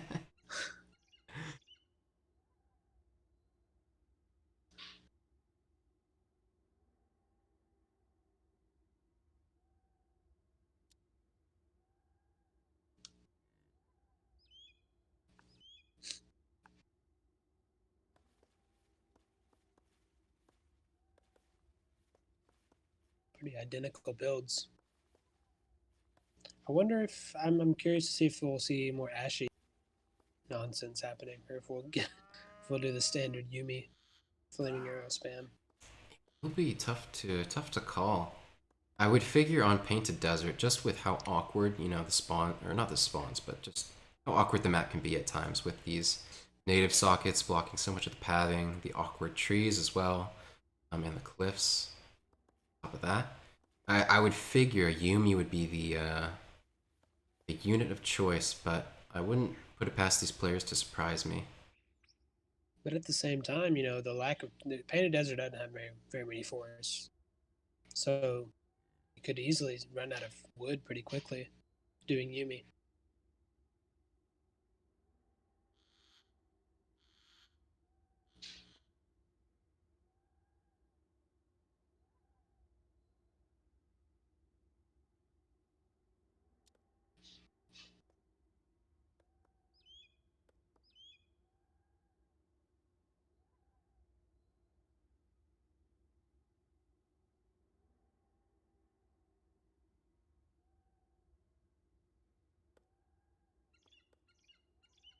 Pretty standard stuff. As they see what market upgrades they have.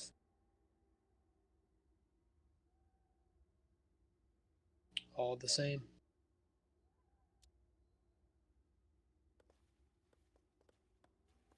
So I wonder when the first divergence will be in the build order.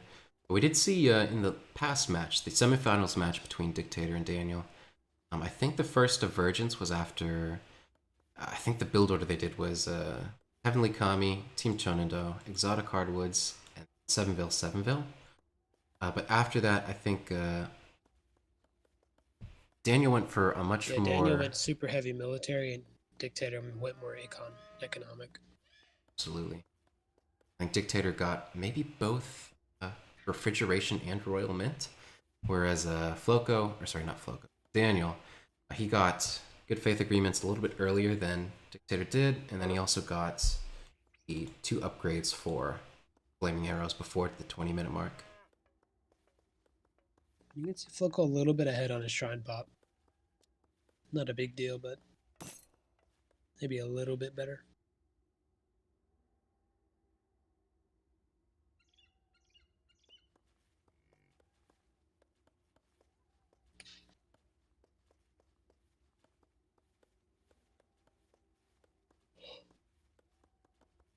The Dictator Shrines are on food, and FloKo's are on wood.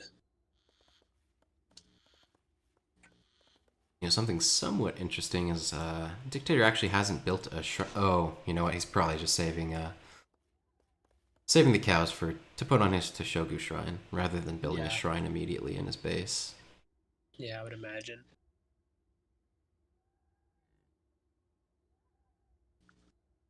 Is there a difference between having cows on the regular shrine to Shoga shrine? No, so it will be exactly the same, right? At least it'll give you the same amount of resources when you task them to the other Okay. Oh, shrine. we see a little deviation there. Locust and in good faith agreements instead of exotic hardwoods. Yeah, that is a little bit strange. I wonder if maybe FloKo will end his Portuguese alliance before he's built the town centers.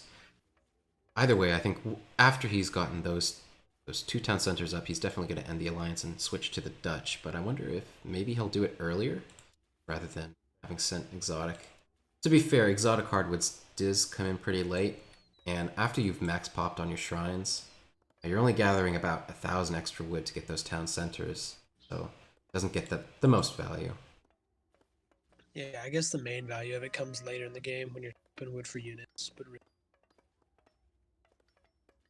yeah, Loco already getting um, what's it called? Blanket filters from the market. Okay, and there it comes from Dictator.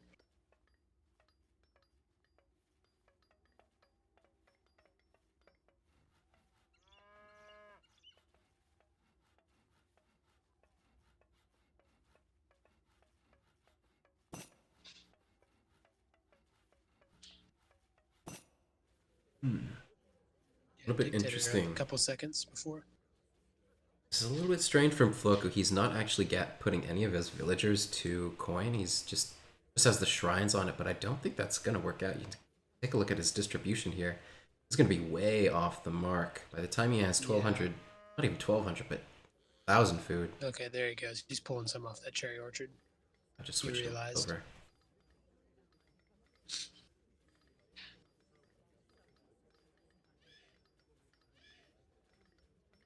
So he's probably going to hit this distribution pretty well here. Didn't end up being too bad.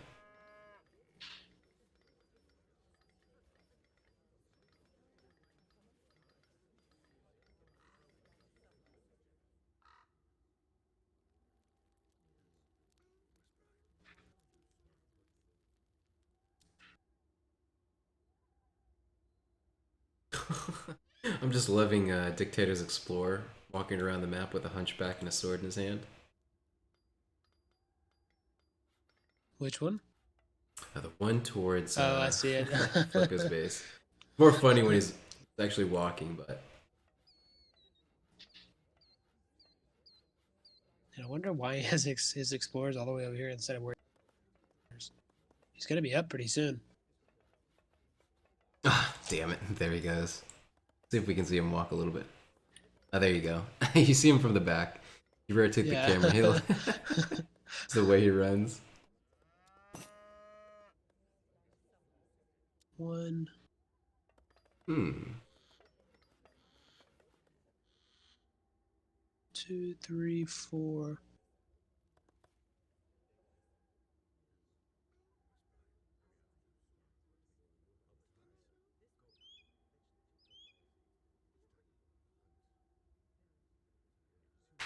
I'd say this one right here is fair game for either player.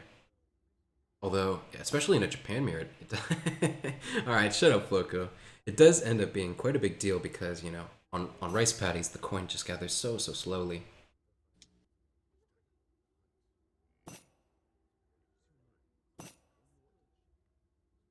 Did he already gather one mine?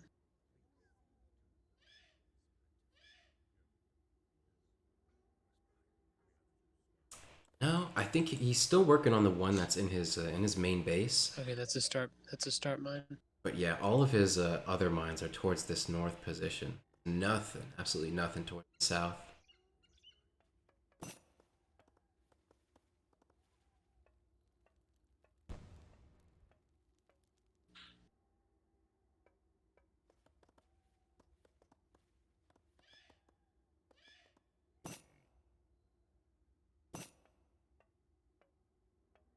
Okay. Ore mine should be enough, especially when you have shrines which can operate as little coin factories. But I suppose it makes sense for them to ask what the situation is around the map. Something else different. Dictator only has 150 shrine compared to FloKo's 200. Yeah, especially considering FloKo was even sooner to end his alliance with Portuguese. That's also why his score is a little bit inflated. Dictator's his buildings cost a little bit less than FloKo, so that's why the score is deflated. Once he's ended the alliance with the Portuguese, all of his buildings become a little bit more valuable, and thus it boosts his score a little bit. FloKo starting to get his piece of the mine. Yeah, with that forward town center.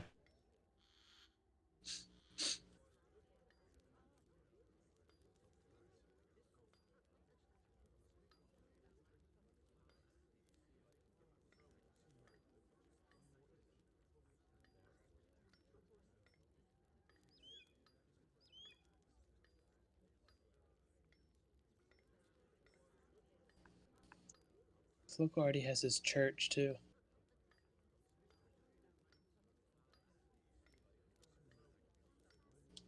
Yeah, Dictator just ended his relations not long ago.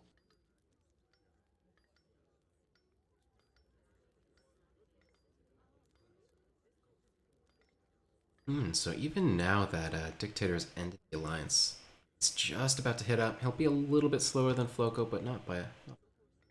He did get his Imperial Bureaucracy a full minute. Mias, I don't know if you... I think you might have mentioned that. What he got? That he got his? Yeah, he got it. Beaten.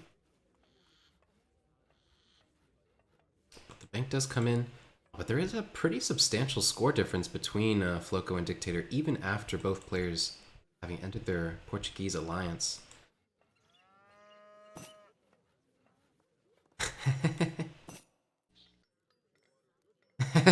A little bit too late to Aw. Aw, that's so cute. Besties. Oh, that's adorable. If he gathers 1001, then he's disqualified.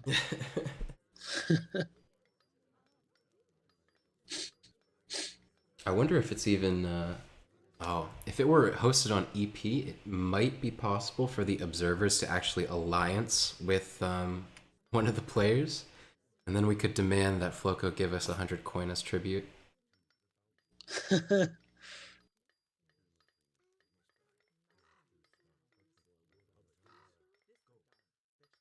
But wow, look at FloKo's distribution. This is pretty insane. That's a lot. Yeah, he has like no food. Yeah, what is he doing? I mean, the reason you The want to shrines have are on coin too. yeah, the reason you want to have a good distribution is because once that coin mine is out and you've got all the coin you need, those villagers are going to have to spend a very, very long time walking back to the cherry orchard to gather that food. But look, yeah, 800. What is going on here? I think maybe FloKo thinks he's already an Imperial? What did he just get? What did he just train villagers? Is that what that was? Oh, you know what he's doing? What? He's doing the Hatamoto strategy. Oh, is he not Yeah. going to go Imperial? I suppose not. He's going to go Red Seal ship. Wait a Oh second. my god. Did he... Wait, no, Oh, he probably he traded. Now he's putting all in wood. I don't know what's happening. wait a second. Where did all of that export go? I can't actually see it. I see 148.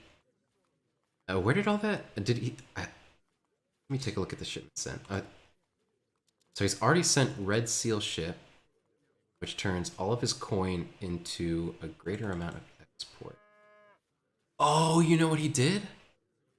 He sent Red Seal ship happened? and then used that to age up to Imperial. So the Japanese consulate actually gives him the option to age up to Imperial for 4,000 export.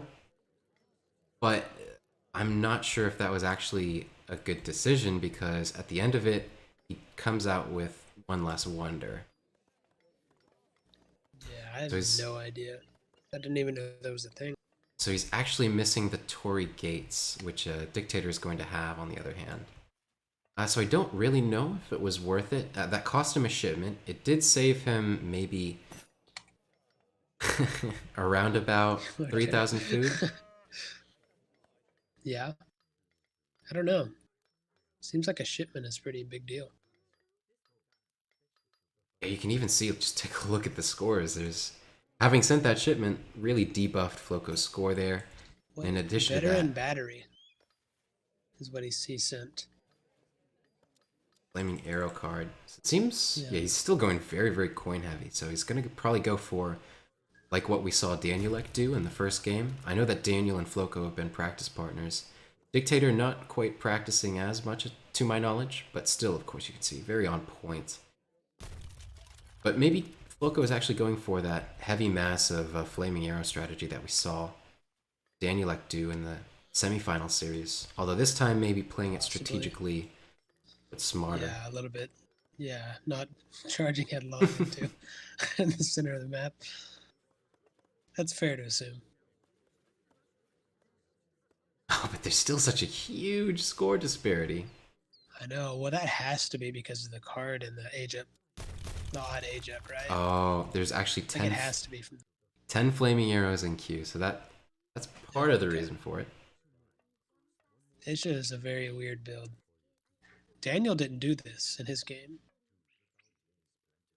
I believe, even with the flaming arrow mass strategy. I think what you normally might see is like players using the red seal ship to mass Hatamoto, but obviously in a Japan mirror, I guess that's a little bit too risky. But still, I've never once seen this build order. A player using the Japanese consulate actually get the Age up, yeah. yeah. But I guess it makes sense. That was probably why FloKo also sent good faith agreements. Maybe that made it cheaper. That's possible, yeah. He's training Yumi.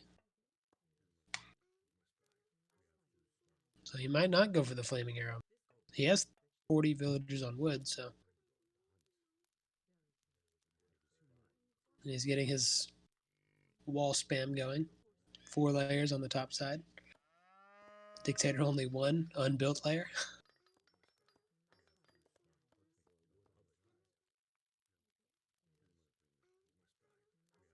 Yeah, judging by FloKo's positioning here, he's about to camp in between these 2 native posts. With the trees in front and walls on the side. That is very peculiar. I mean, he's Just play the terrain. got a much larger mass than Dictator at this point. Obviously, Dictator probably investing, I guess, in the economic upgrades, but where's FloKo at? So he does have deforestation. Let's see, does he have a rice paddy out? He doesn't have a rice paddy, so his coin and his food gathering is still going to be quite slow for the moment. But, I mean, that doesn't really matter because he's almost max popped. Without even having to have sent any military cards. Or unit cards, I should say.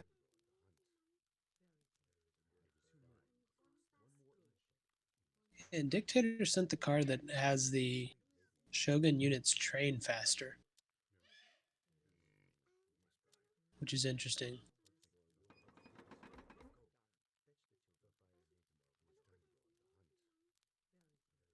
This is just very different builds. I think FloKo actually... Resulting in the same composition. yeah. Well, we do see... It's actually funny. No flaming arrows out on the field for Dictator, which is a bit peculiar in the mirror. Are they in queue, maybe? Yeah. Check. Yeah. No. No. It's just Yumi and Q. Especially on Painted Desert, which is such a small map. That, I mean, the range between these town choked centers. off map, too. Yeah. I really don't know what Dictator has in store. Yeah. He doesn't even have like a great defensive posturing. He only has one layer of walls. They don't have Bastion. Dictator, on the other hand, he has... Wait. No, he just sent the Yabusame card. Summit. The increased damage to artillery card. Oh, wow. He's about to train Yabs. Are they going to be most Imperial? toxic unit in the game. Yabusame are just the most annoying unit. Ooh, just running forward. It's not good. I love Look at this the thing zooming away. Yeah, dodging every artillery blast too. Yeah, he just dodged it. Swerve. Yeah, like he doesn't have bastion, doesn't have any artillery. At the back of it, FloKo even has a really nice bank. Oh my Yeah. god, and Tokugawa. There he goes. Daimyo down. Wow. There, There's the Yabasame. there are exalted And those Yabusame, things but just do so much damage to artillery.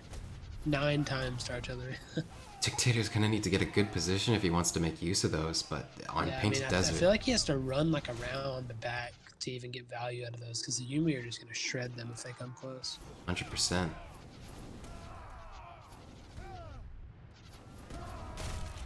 No. Yeah, this looks... Oh my god, that blast.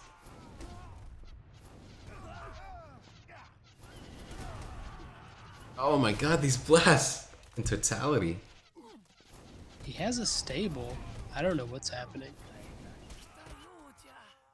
I think Dictator might have been a little bit too ambitious. How is his score still higher? Something has to be happening that we don't see. Stream of Enlightenment coming in. I don't know. He's about to lose the Shogunate. He's not going to be able to retrain. Yeah, it's down. Wow. That was a very quick third game to the series.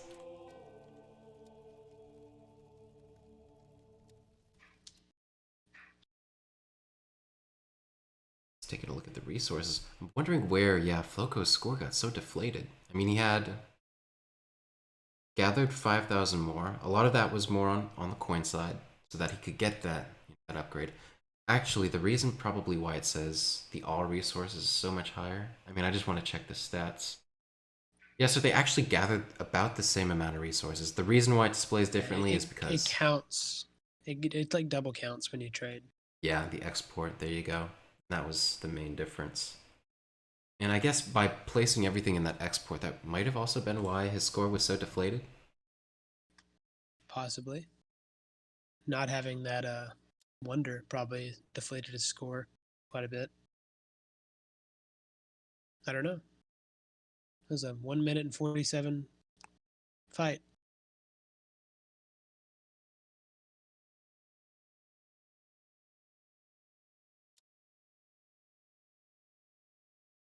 Just Dictator, for some reason, so much farther behind in terms of his military unit population compared to FloKo. And on top of that, just not getting the right composition. But I figure, you know, if you had done like maybe 2 layers of bastion walls and just focused on playing defensive with a huge mass of flaming arrows, I mean, it still would have been difficult for FloKo to make something of that. A little bit easier on Painted Desert, again, because it's just so small, it's kind of hard to play defense, but going for pure Yumi and a Japan mirror, I'm not sure what he was thinking. Even he did have the Yabusame in mind. Yeah, and he only made 5 total, I believe. Yeah, so that's a quick game 3 for FloKo, and that does put him on match point going into game 4, which is going to be played on Siberia. Oh wow, and he locks Spain.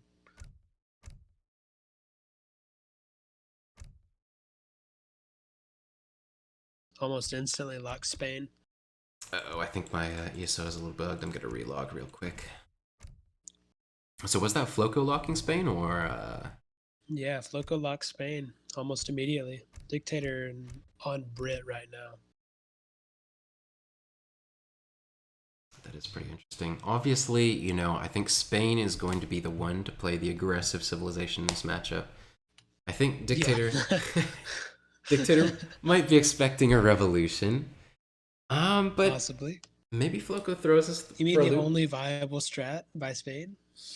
Who knows? I mean, maybe he goes for something cheeky, like a cheeky Imperial, fake out the revolution, age up at 20 minutes. I don't know.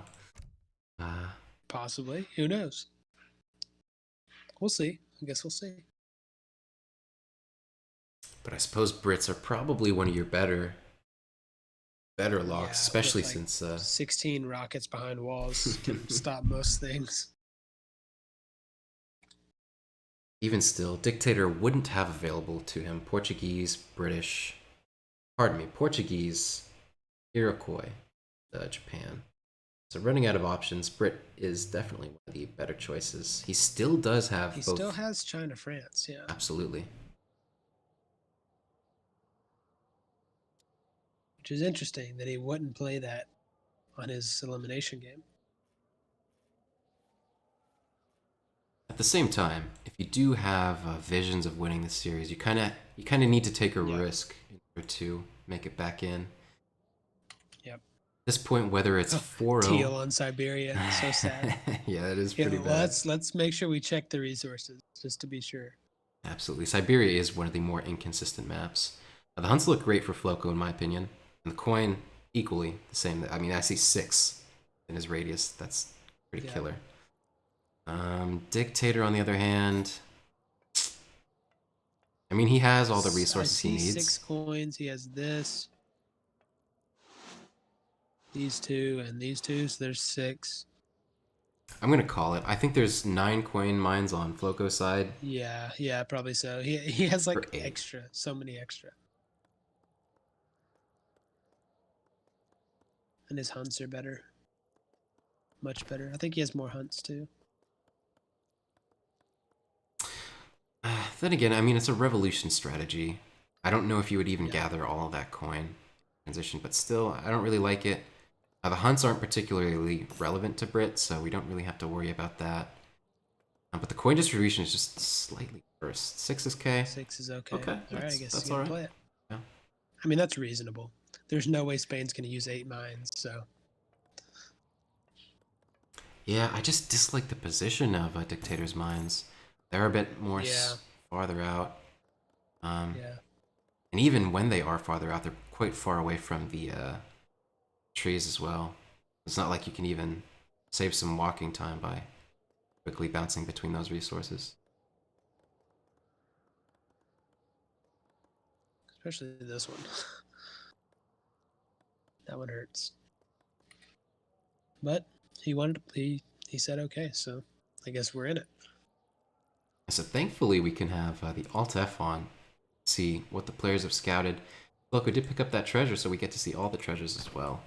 50 wood, I see 75 food. FloKo side, seems there's a little bit of a contention around this especially impactful 85 wood treasure. Oh, that would be so nice for British. Monkeys. Caged monkeys, very important. Oh, those are excellent scouting units. Oh, those were excellent scouting units, particularly in this matchup. You definitely have those all around the Spanish player's base. Have absolute knowledge of what they're doing. 300 XP. Definitely really nice. Yeah, nice start for Dictator. Dictator gets it. 300 XP is a pretty good treasure. How many Guardians does it have? Only 4? Not too bad. Oh, we see Virginia Company first from Dictator. Oh.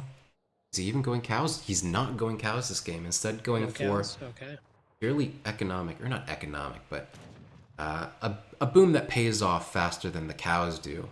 He's going to focus primarily on making that hold. Typically, when you go cows, you're expecting a kind of a prolonged game. No cow boom is kind of an all-in, which makes sense when you're probably going against a revolt strategy. You want to all-in the defense, because if you beat Spain's revolt, you win. So you want to all-in your defense and beat it, and then win, basically. Absolutely. Let's see, does Dictator have the church card? Yeah, he even has the church card. He has 25 Cherokee. He can get the overpop with his rockets. He can have an incredibly convincing hold. So he's going to have a great start army. Yeah.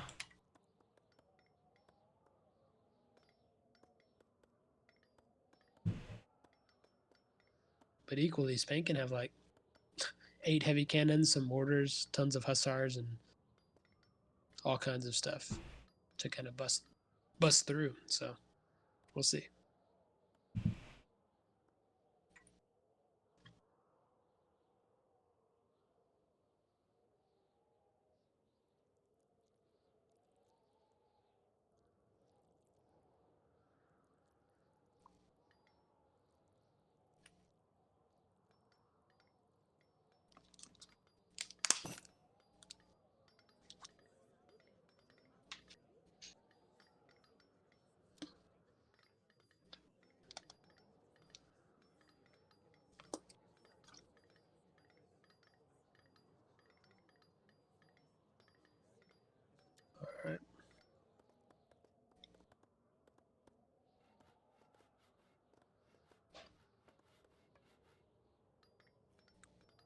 FloKo aging with 500 food as well. Well, I guess that's standard. Spain doesn't have the 400 wood politician. Yeah, that does make a lot of sense in a revolt build order, where you don't actually want those 2 villagers. You're not going to get to max anyway, so having 2 extra villagers that are going to be converted into colonial militia isn't all that valuable. Whereas the 500 food is going to streamline your build order and overall gather you that much more resources because you're going to have faster town centers up. Yeah, definitely.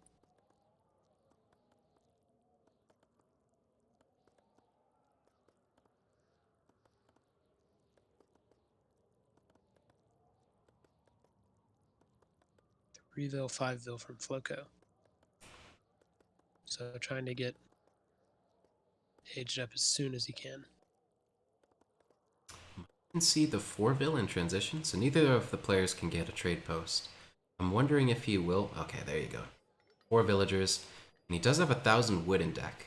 About halfway to his next shipment. About to queue up the age up. Probably will be able to get 1,000 wood just upon it. And land grab again. You know, might not even gather any wood in transition. Might just go straight up to industrial and try to, you know. Possible. I figure maybe then after aging up to industrial, he'll probably distribute all of his villagers to coin and then get mercantilism in the age up, and then try to expedite getting out his factories and heavy cannons afterwards. I figure that might be as he has planned.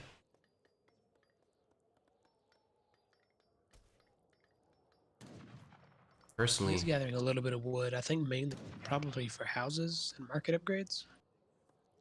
let's see his market up. Still missing steel traps and amalgamation. So that might be what he's going for here.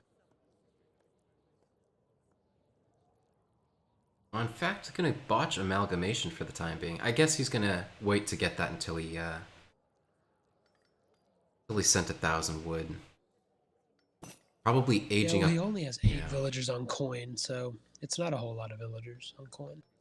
Absolutely. He's probably aging up with the 400 wood politician, and then with the 1,000 wood, that'll be just enough for 2 town centers and amalgamation. Although he is missing a house still. Oh, no, he's got that up. He's perfectly fine. Here he goes for this treasure contention. Oh, I think it's FloKo. FloKo got it, yeah. Even though he walked around the treasure.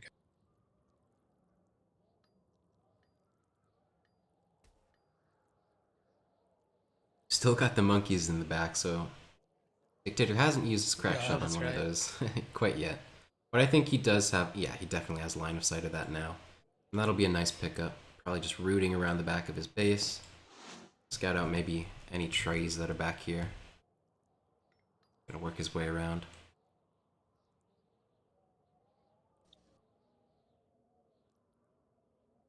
Yeah, this is level to be a very fast game. Probably not quite as fast as the last game, but very fast. Yeah, so FloKo used the 400 wood from age up to get amalgamation. He only has 200 now. And probably going to ship 1,000 wood and build town center, do you think? Yes, I would believe so. So yeah, he has sent a shipment. I'd figure that's yeah, probably... it's probably going to be 1,000. Yeah, there it is, 1,000 wood. Going to build town centers with that.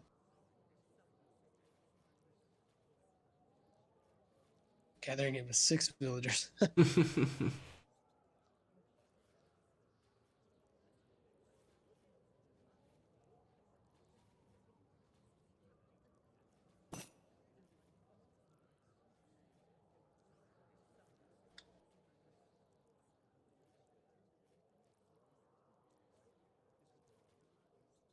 Yeah, and Dictator's getting that, the monkeys.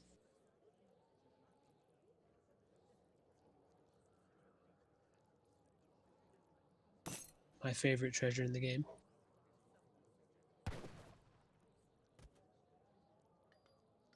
It's just gonna be so useful. Duper the pet monkey. There you go, baby.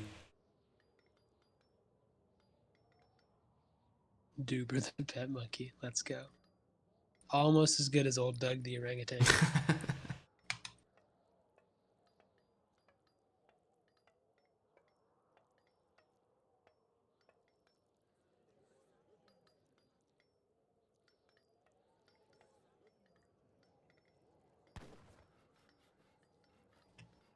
1,000 wood. He's already up to age 4. So he's aging really fast. And so for a revolt, you don't even age up to age 5, do you? No, so all of that resource, all of the resources that might be invested in a potential age up is going to be sunk into training hussars, getting upgrades, among other things. But even the resources that he isn't able to spend right now, anything that he can put in his stack for, retraining hussars after he's dipped below 200 population, that's still going to be useful. Yeah.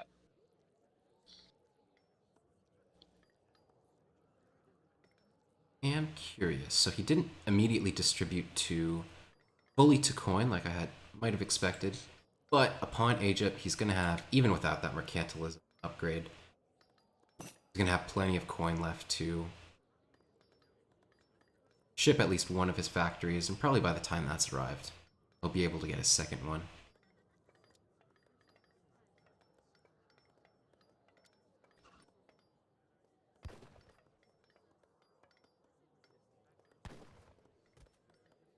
Yeah, and he's going over for the 300 XP as well. Even at this point, I might like it if FloKo built like a wall around his base, started massing units, just in private, so that Dictator Yeah. wouldn't have any possibility of ever knowing the composition he's going for. Now, That's a good point. even though he can pretty much know that it's going to be Hussar, He Heavy didn't Cannon. finish the TC. Oh, whoa! That's unfortunate. That's a big deal. Oh, that's yeah. That's What's even worse, he can't like stick villagers on it to finish it. He has to walk all the way back with the explorer. that's so much lost villager time.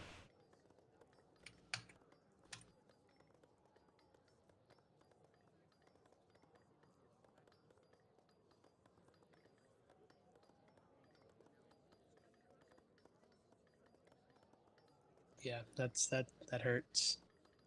With such an all-in strategy, you want it to be perfect too.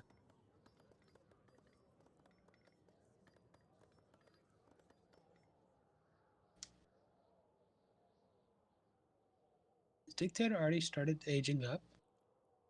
No, so Or no, he's training us from the States. Okay.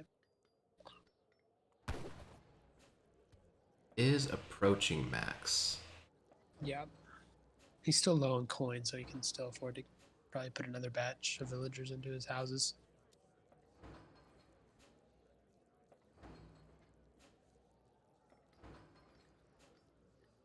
There you go. TC's up.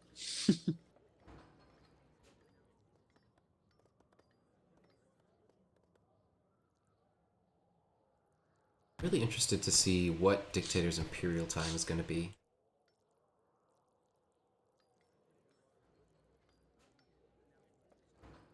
Personally, I'm not terribly familiar with actually either of these build orders. Usually when I play Britsh, usually with the cow build order. Yeah, I'm not entirely sure either. Seems like he's just gearing up right now. It should be just a few seconds. Probably gonna... Yeah. It's a pretty good H time, it seems to me. Yeah, I think that's gonna be 15 minutes and 15 seconds, which is about as good, like a kind of standard Portuguese time. You know, at least for Yeah. around the captain level. 15 minutes to Yeah. 15:30 is a decent time. FloKo gonna get this 300 XP, gonna be nice.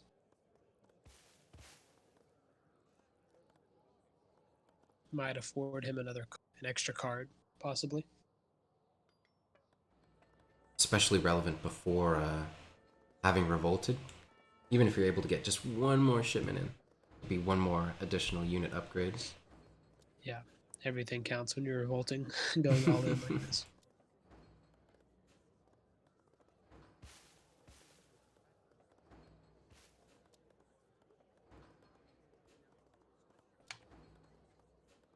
He's got his missionaries out already, and he is not. I'm curious. He probably won't even walk like at all. Do you Honestly, think?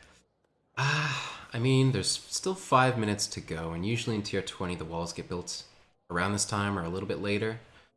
So I wouldn't put it past him, but I would have preferred if he had built them earlier. Now, Dictator isn't making the most of it. You know, even though he has has these dubers, he's actually not scouting out what FloKo is doing, which I Yeah. think is a little bit cocky.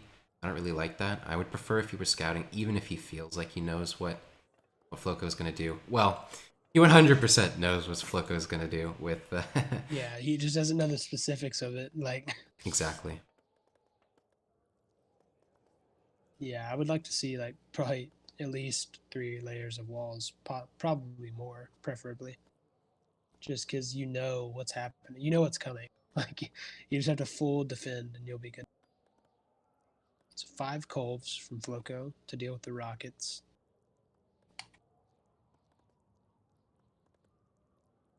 Something else that's Both of them interesting. sent church card. I'm a little bit Yep. curious when FloKo is going to stop producing villagers. So he's at 65 villagers right now. I would figure maybe he would want to stop around 70 or like 75, but getting any more than that, and the Colonial Militia really aren't just the strongest units you could be having in your competition.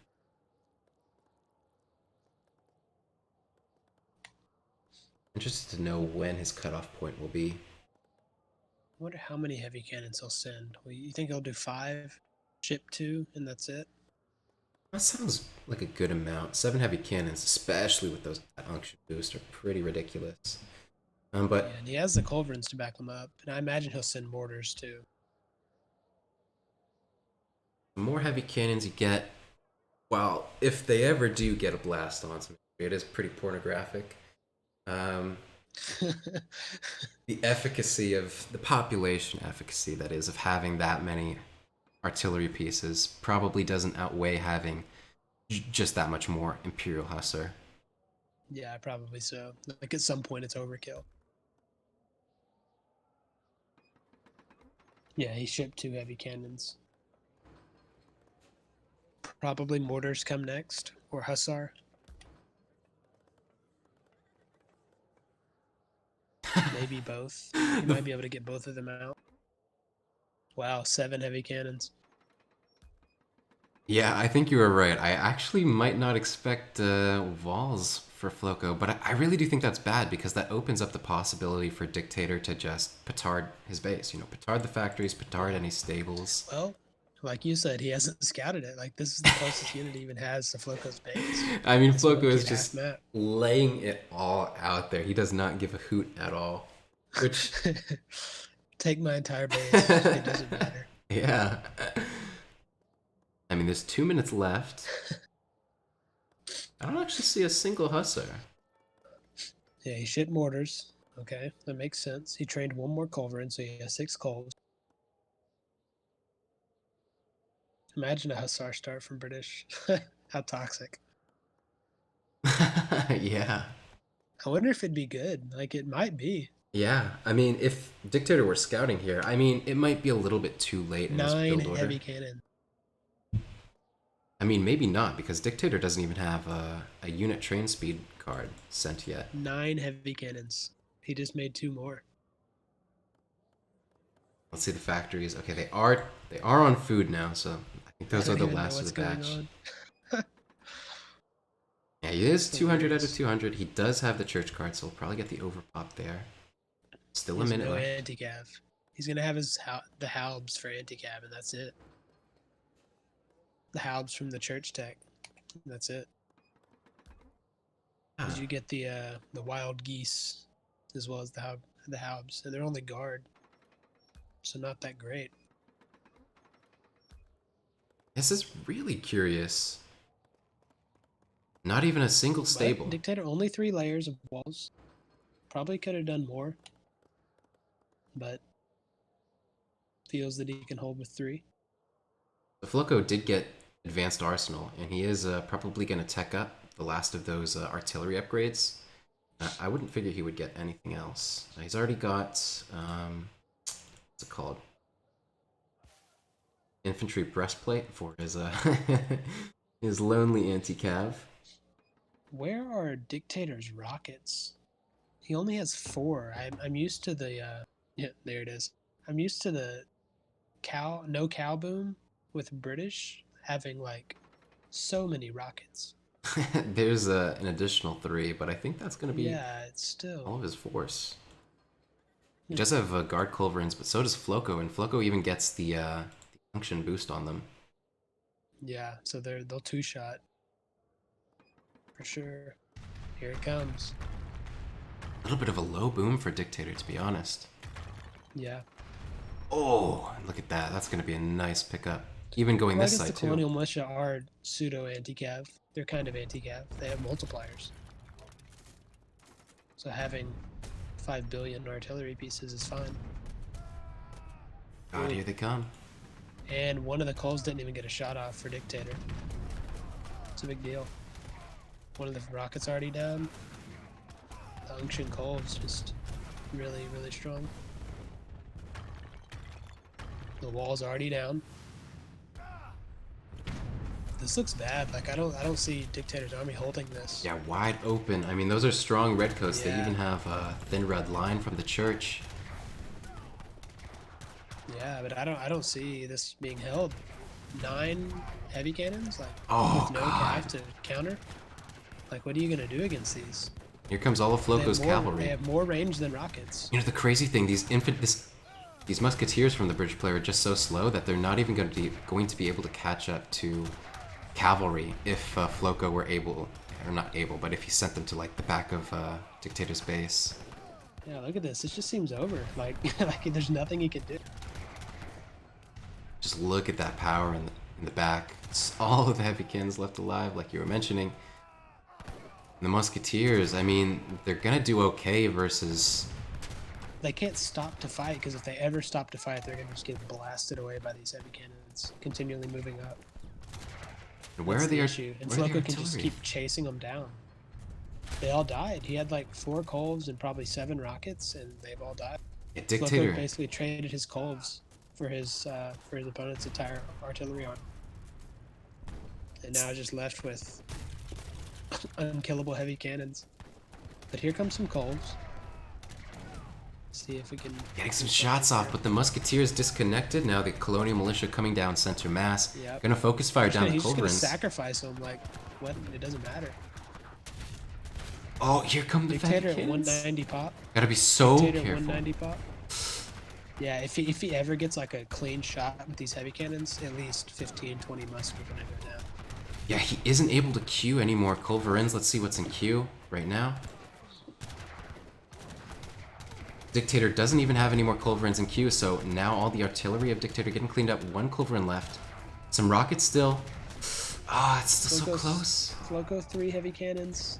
But Did he nothing. hold? Yes, he Surely. did. Surely he didn't hold. No way. That looks so good for FloKo. It looks so good for FloKo. Oh my gosh. And he held.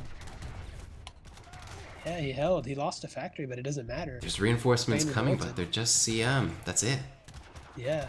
Wow. This, I mean, it looked completely over.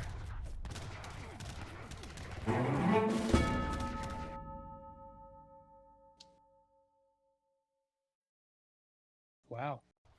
Yeah, I mean, I don't see what FloKo can do now. He just has nothing. No resources. Nothing left on in the bank. I mean, he's putting some of his food into colonial militia production, but these musketeers are pretty sick at the moment. Yeah. Wow, that's... Well, there you have it. Dictator does put a point on the board. Good pick. Man. I just can't believe, like, it looked so, like, over, just completely. But somehow, If you even notice, he just kept the musk alive. just before the town center went down, Dictator was able to get out a 2 rocket shipment, which I don't know if it accomplished that much, but it definitely helped. Rather than Well, he killed a heavy cannon. I know that. actually, even if it went down, Because he there was- targeted them on the heavy cannons, and he ended up getting one with the rockets. just another thorn in a FloKo side made that push a little bit more difficult. It's a nice fight. Yeah. I think the main thing was he made sure his musk didn't eat a volley from those heavy cannons. He just made sure that didn't happen. And whittle them down with cold batches until he could finally push out. I can't wait to look at this military graph. Oh, that is just something. 250 to what? 134? And then Dick, he went down to just just 40 population, but he was able to get out enough units in time for the remass while FloKo was pushing in a good positioning, and he took down the remainder of FloKo's army.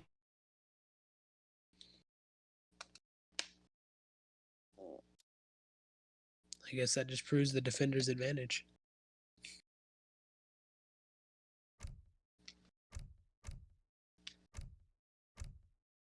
We'll be seeing a Game 5 in this series, not the clean sweep that FloKo might have been hoping for. He has established dominance so far in this series, and I think nobody can really doubt the strength of King Julian here, but there is the potential that Dictator brings us back. I mean, he has set the path, although he will be the one to lock civilization in this game. To win 3 games in a row now.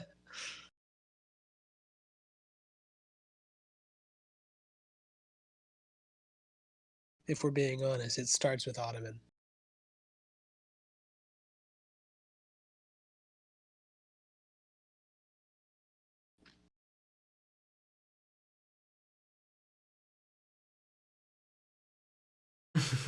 Oh yeah, that did hurt a little bit.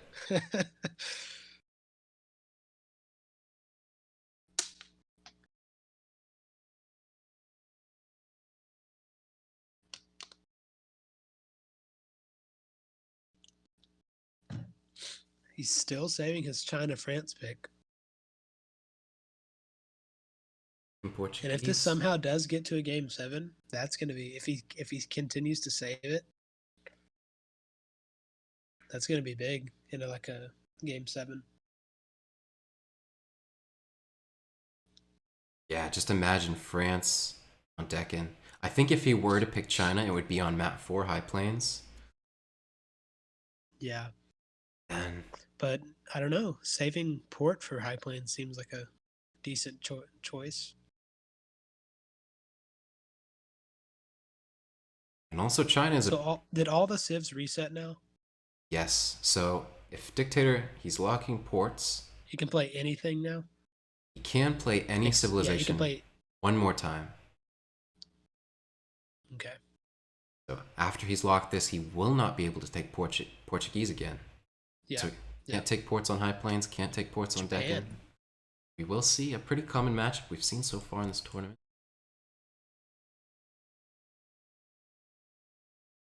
While a lot of Supremacy players might be familiar with this matchup as being very Japan favored, I think in this tournament, it's kind of shown that it's actually quite even in regards to tier 20.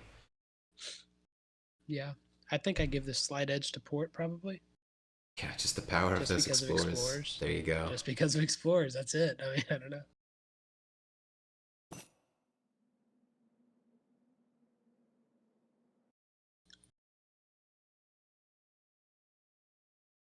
Wow, look at Dictator's mines. Let's see, towards the... Oh my god, the south of the map. I think that definitely makes up for the game where he had to share a mine.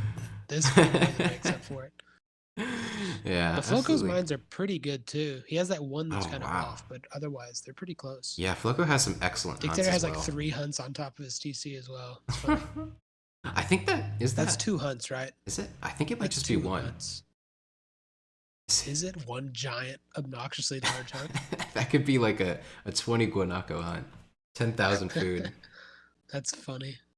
And besides that, his food is still pretty damn good. I mean, that's really damn good. 3 solid hunts. No, this is good. These resources are good.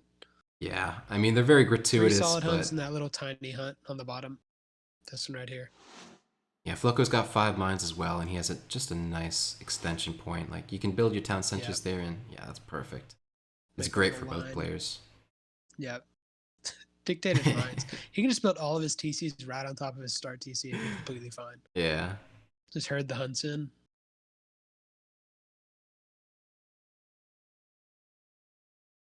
Like, I can almost fit 4 mines on one screen.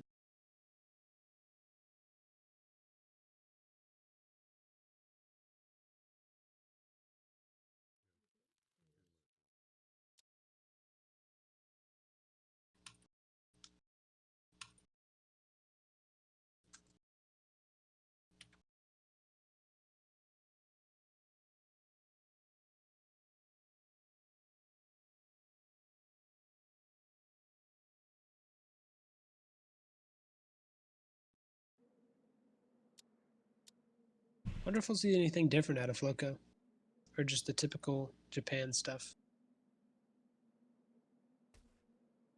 I mean, we do know that he has a propensity for that Red Seal ship card order. So Hatamoto, exactly, we still have a exactly. chance. And in this matchup, it might not be too bad.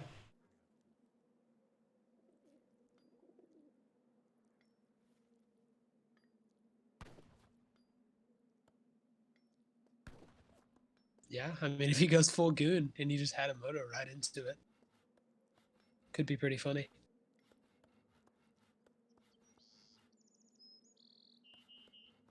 Actually, what do you even do as port if he just has tons of Hatamoto and all you have is goons?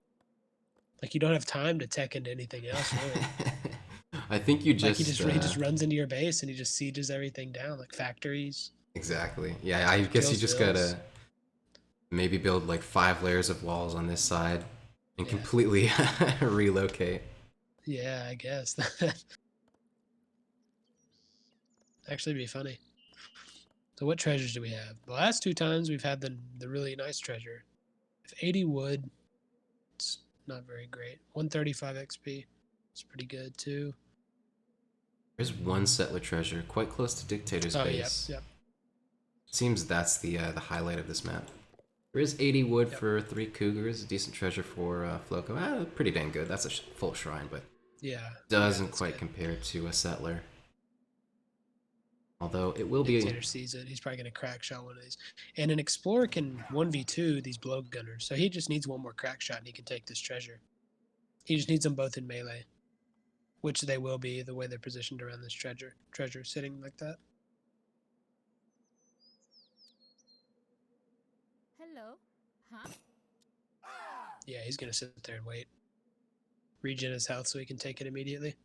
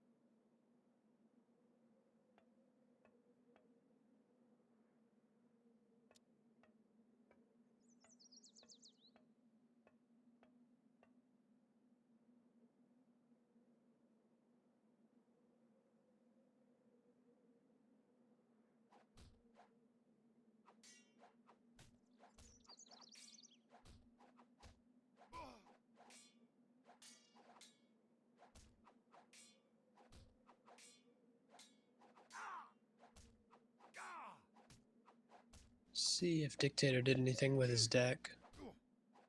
He added the cheaper natives card. I even took Which out the 2-piece, which I think is a good decision yeah, in this particular yeah, matchup. yeah. Definitely, you want cheaper natives on this map. FloKo does have the trade card in his deck.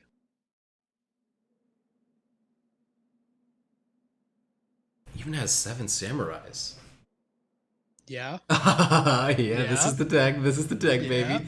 Own in war. Yeah, we're gonna see some Yumi samurai, among other things. What a brilliant way to end the tournament if that works. Just samurai spam into his eco.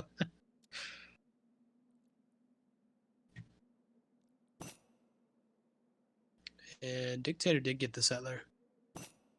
That's gonna give him a little bit of the edge. I mean, not only is that maybe about 1,500 resources during the boom, but it also just streamlines everything else in regards to the boom. Yeah, definitely. Yeah, and see, he's doing exactly that. Look at his town center. He's just going right on top. No walking time for the TC wagon.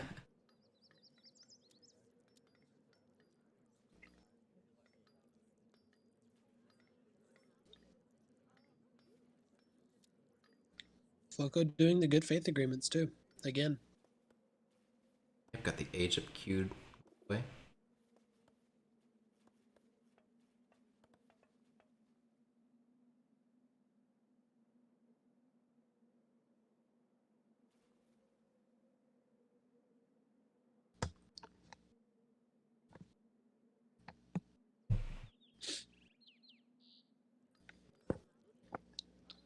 Although I don't think Port will go Goon against Japan. Really doesn't make sense. I think it has to be Cassador, Colv. Yeah. We have seen Dictator go for that build order. He did do that against Foire in this particular matchup too. Cassador, Colv. Yeah, went for the Cassadors. I think Yeah. maybe 3 layers of Bastion walls. Unfortunately, Yeah. they did have some holes in them, I believe, if I'm recalling correctly. I remember that. Yeah, yeah. And so, and he got him with a daimyo. yeah, he did get pushed back pretty far, but was able to come back from it, reverse the tide. I actually remember it. So Dictator was first person streaming that, and he was quite salty. Yeah, I remember that. Yeah. Funny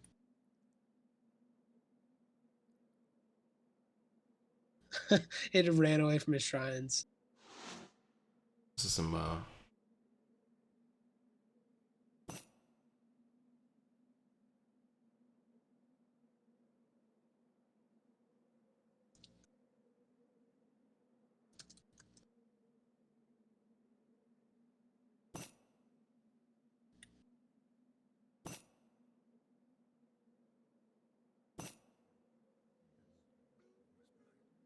let's see if it works. Watch him just immediately start walking.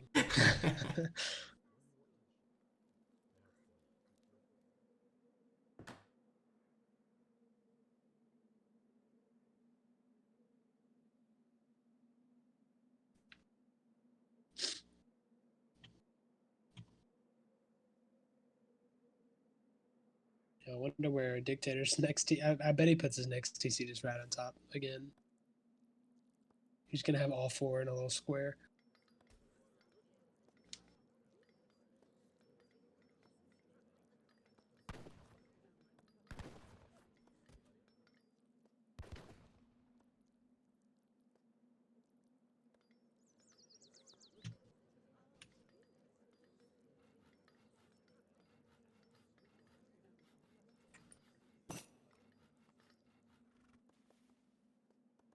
Yep, there it is. Yeah, that's gonna be a really good fortress time for FloKo. I mean, I can Yeah, it imagine is. so. Like, these hunts are just so stacked. Yeah, especially this right here. Just great hunt. Oh my god.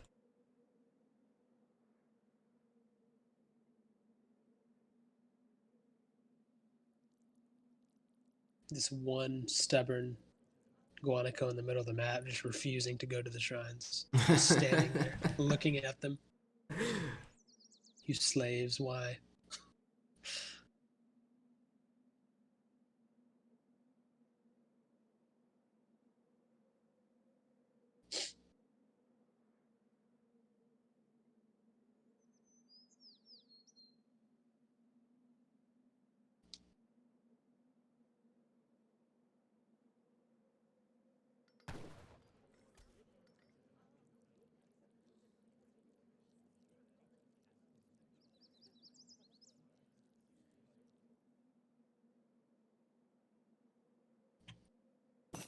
Yeah, Dictator bringing all these hunts in.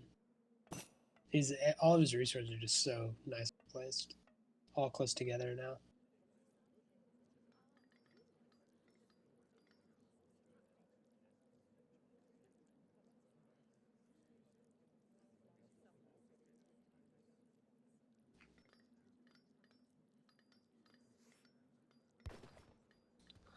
Perfect distribution to industrial for Dictator too.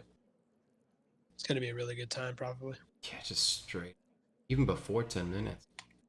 He was less than 20 resources off his distribution.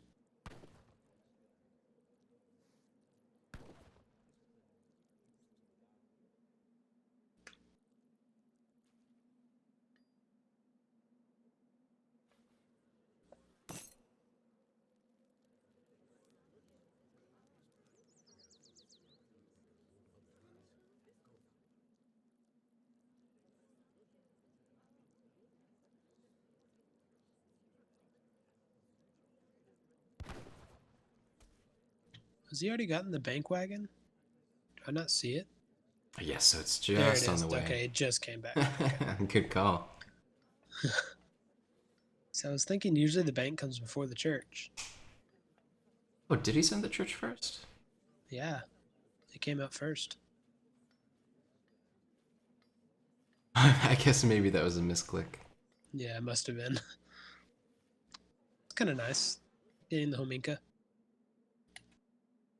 Use it as a scout at the start of the fight. Oh yeah, especially since I mean, it isn't actually to Dictator's knowledge the particular build order FloKo did in his in the Japan mirror they played, but I still really know. I really do like the opportunity to have this scouting unit. Now, hopefully, it doesn't get sniped down by maybe TC fire. Is that even possible in Treaty? I forget. Yeah, no, it is. You can Oh, definitely yeah. garrison. I doubt he will, though. I'm pretty sure FloKo values the villager seconds more. Absolutely. He usually doesn't in normal treaty games.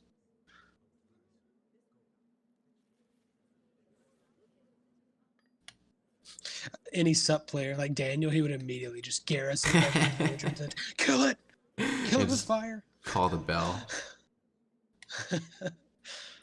Oh god, I can't remember how many times I've done that on accident. I finally moved my hotkey from my bell. It was right next to my garrison or ungarrison button, and I would hit it, and I just would get so annoyed. So Yeah, I moved it. that's one of the first keys I unmapped. I think I put it to like Control Alt parentheses. Control Alt Function Delete Yeah, Windows key. but FloKo is he?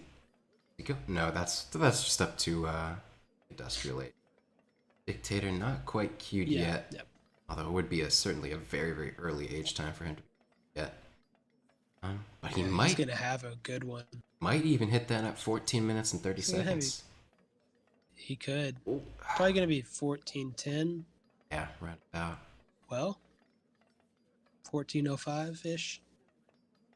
Yeah, really good. Like, see, less than 40 resources off. Really saw really tight boom from Tater. His distributions. He is running low on food though. He's probably gonna have to go mills to get his capital upgrades. Yep. Yeah. Or flip his factories to food. Possibly. 100%. They're on wood right now. Quite wise. That'll help streamline the first mill and getting his mill upgrades. I think it's still better to put bills on mills and keep factories on wood.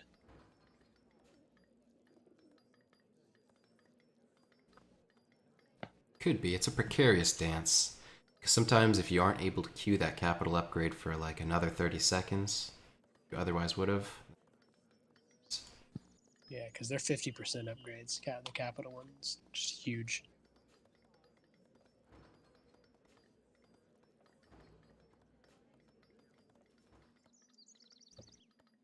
So do we see the Red Seal ship coming out for FloKo just yet?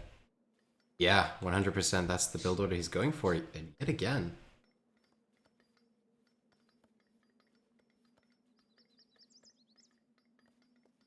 Allying with the Japanese consulate, yep.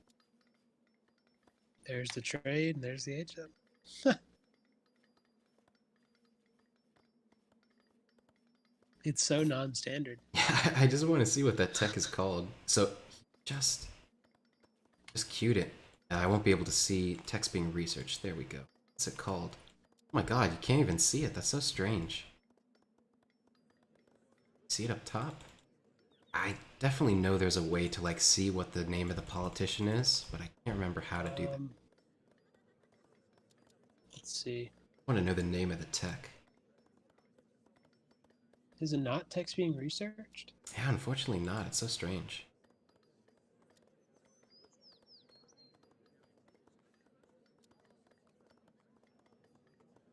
The Meiji Restoration? Oh my gosh, look at FloKo's food count right now. Perfect, perfect amount for getting deforestation. Yeah, it's text completed. Yeah, okay, Dictator's already gotten deforestation. That's good. Dictator actually sent the church card. Interesting. I'm wondering if he's gonna actually get the. Yeah, I mean, surely he's gonna get the food upgrade in the church from the church card, or is he just going for the other overpop?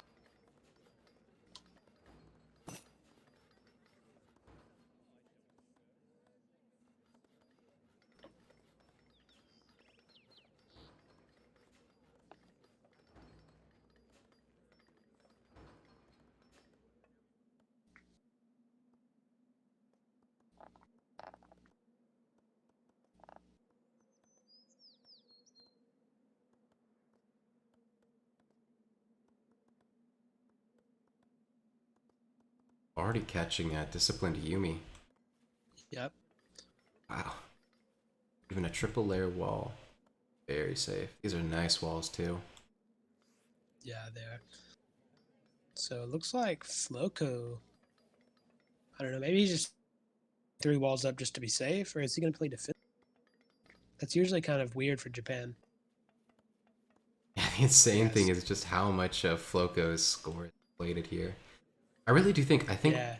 once he's researched that technology that lets him go up to Imperial from the consulate, I think it just sinks the 8,000 resources. That's why it I looks think so so. strange. Like surely, his 8,000 resources is 80 score, so he'd be at like 430 right now. Yeah, Dictator's going for double barracks and an artillery foundry. Makes sense. And he did get the food upgrade in the church, uh, advanced church. So that's interesting.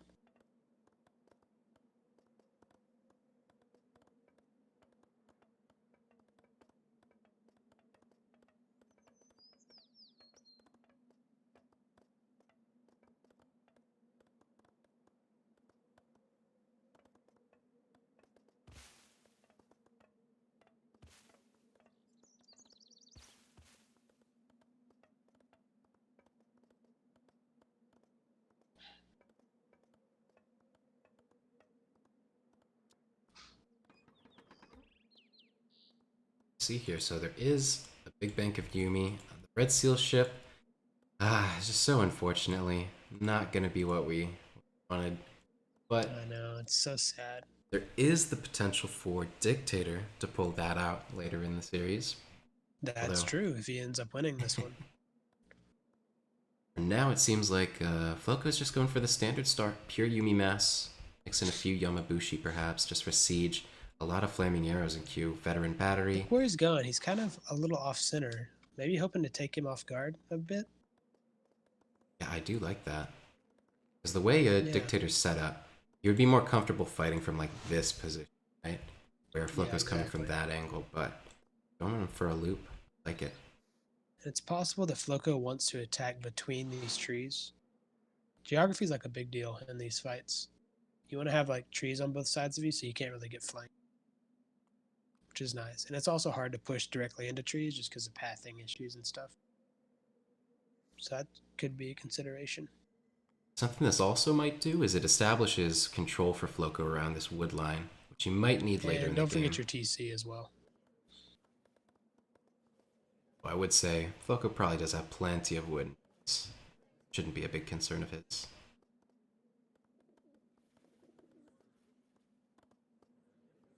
And don't forget to delete your TC as well. Oh, yes. With 20 seconds left, we could be looking at the last game in our series. FloKo on match point, just needing one more victory. Dictator still needs 3 in the chamber. Dictator's doesn't have any vills or explorers over at the natives. No vills forward to wall, nothing, just in base, fully. Yeah, it doesn't even have the gates. Open himself up to the native post. That's a little bit strange. Maybe a little bit of tunnel vision. Look at this daimyo. I think this daimyo is going for a little bit of cheese. Okay, never mind. It stopped. Dictator, sure to he made sure to keep the pillars in his walls this time, for sure. This is still going to be difficult to hold. We do see Way of the Bow out for FloKo. Yep. 20 range. He might even be line of sight. He's definitely in line of sight of the culverins. Only two wall layers too. So. And these Culves got to be careful. Oh, look at this. Oh, did it miss? Did one of the Culves miss? Oh, they aren't even powerful enough. They are Culverin Royale, but I guess... Does it really take 3 shots from Culves to kill the Imperial Flaming Arrows? Yeah, I thought it was still only 2. Weird. Yeah, we see the 5 organs coming out from Dictator 2 before the treaty ended. His walls are down, basically. He has one more layer. And the Yumis are starting to get cleaned up, but there's just so many flaming arrows in the back, and the artillery is liable to get killed by FloKo. Good volleys from the organ guns, though. But just imagine if Dictator had instead gone for like a full Huss mass, scattered out, and changed his build order. Yeah, and he's gonna play this super defensive here. The revolt pushed 2.0. It's absolutely not going to be an easy hold, but he does have a pretty good position. Definitely not. Nice split on his Castadors, but still so much artillery in the back there for FloKo. No signs of letting up. Yeah, he needs to at least tech like guard Hussars and try to get some in the back, I think. He's kind of getting oh my gosh. No. That right there might have just been like the game-winning shot right there. I mean, we do see, now the Explorers are focused down, but being taken down, he's going to need to ransom them back as soon as possible. Not enough coin left in the Seems like bank. he's a little slacking a little bit on Explorers. Oh, you're right. Oh, wait, no, he has enough coin. He has enough coin for it, but not enough for any more Culverins. Yeah. Yeah, this is difficult.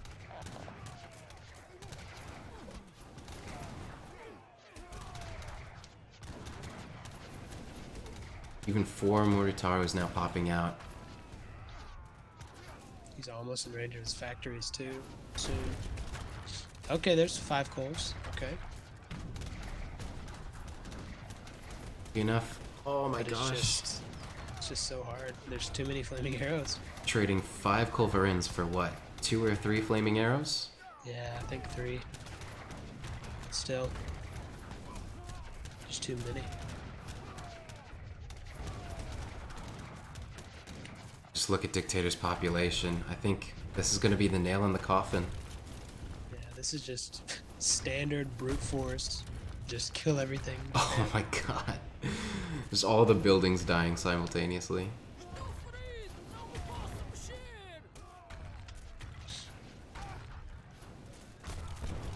How do you kill this flaming arrow mass? Factories are up next.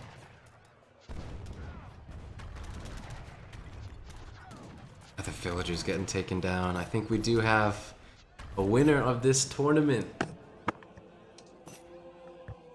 FloKo83 will be crowned champion of No Rush November and win this series against Dictator 4-1. I think this is actually Dictator's first loss in a treaty tournament. The only time he's ever lost in a treaty event was in an invitational back in 2016, but every single ESOC hosted treaty tournament has been one that Dictator has won. And this is the coronation of King FloKo83. His first treaty victory, and that'll also earn him $250 in his pocket. Dictator, consolation prize. Second place, $150. Still, really nice, nice payday. And that was some really, really good games. I'm happy we casted that. Yeah, that was really nice. Good games, yeah. Especially the revolt. Somehow come back there.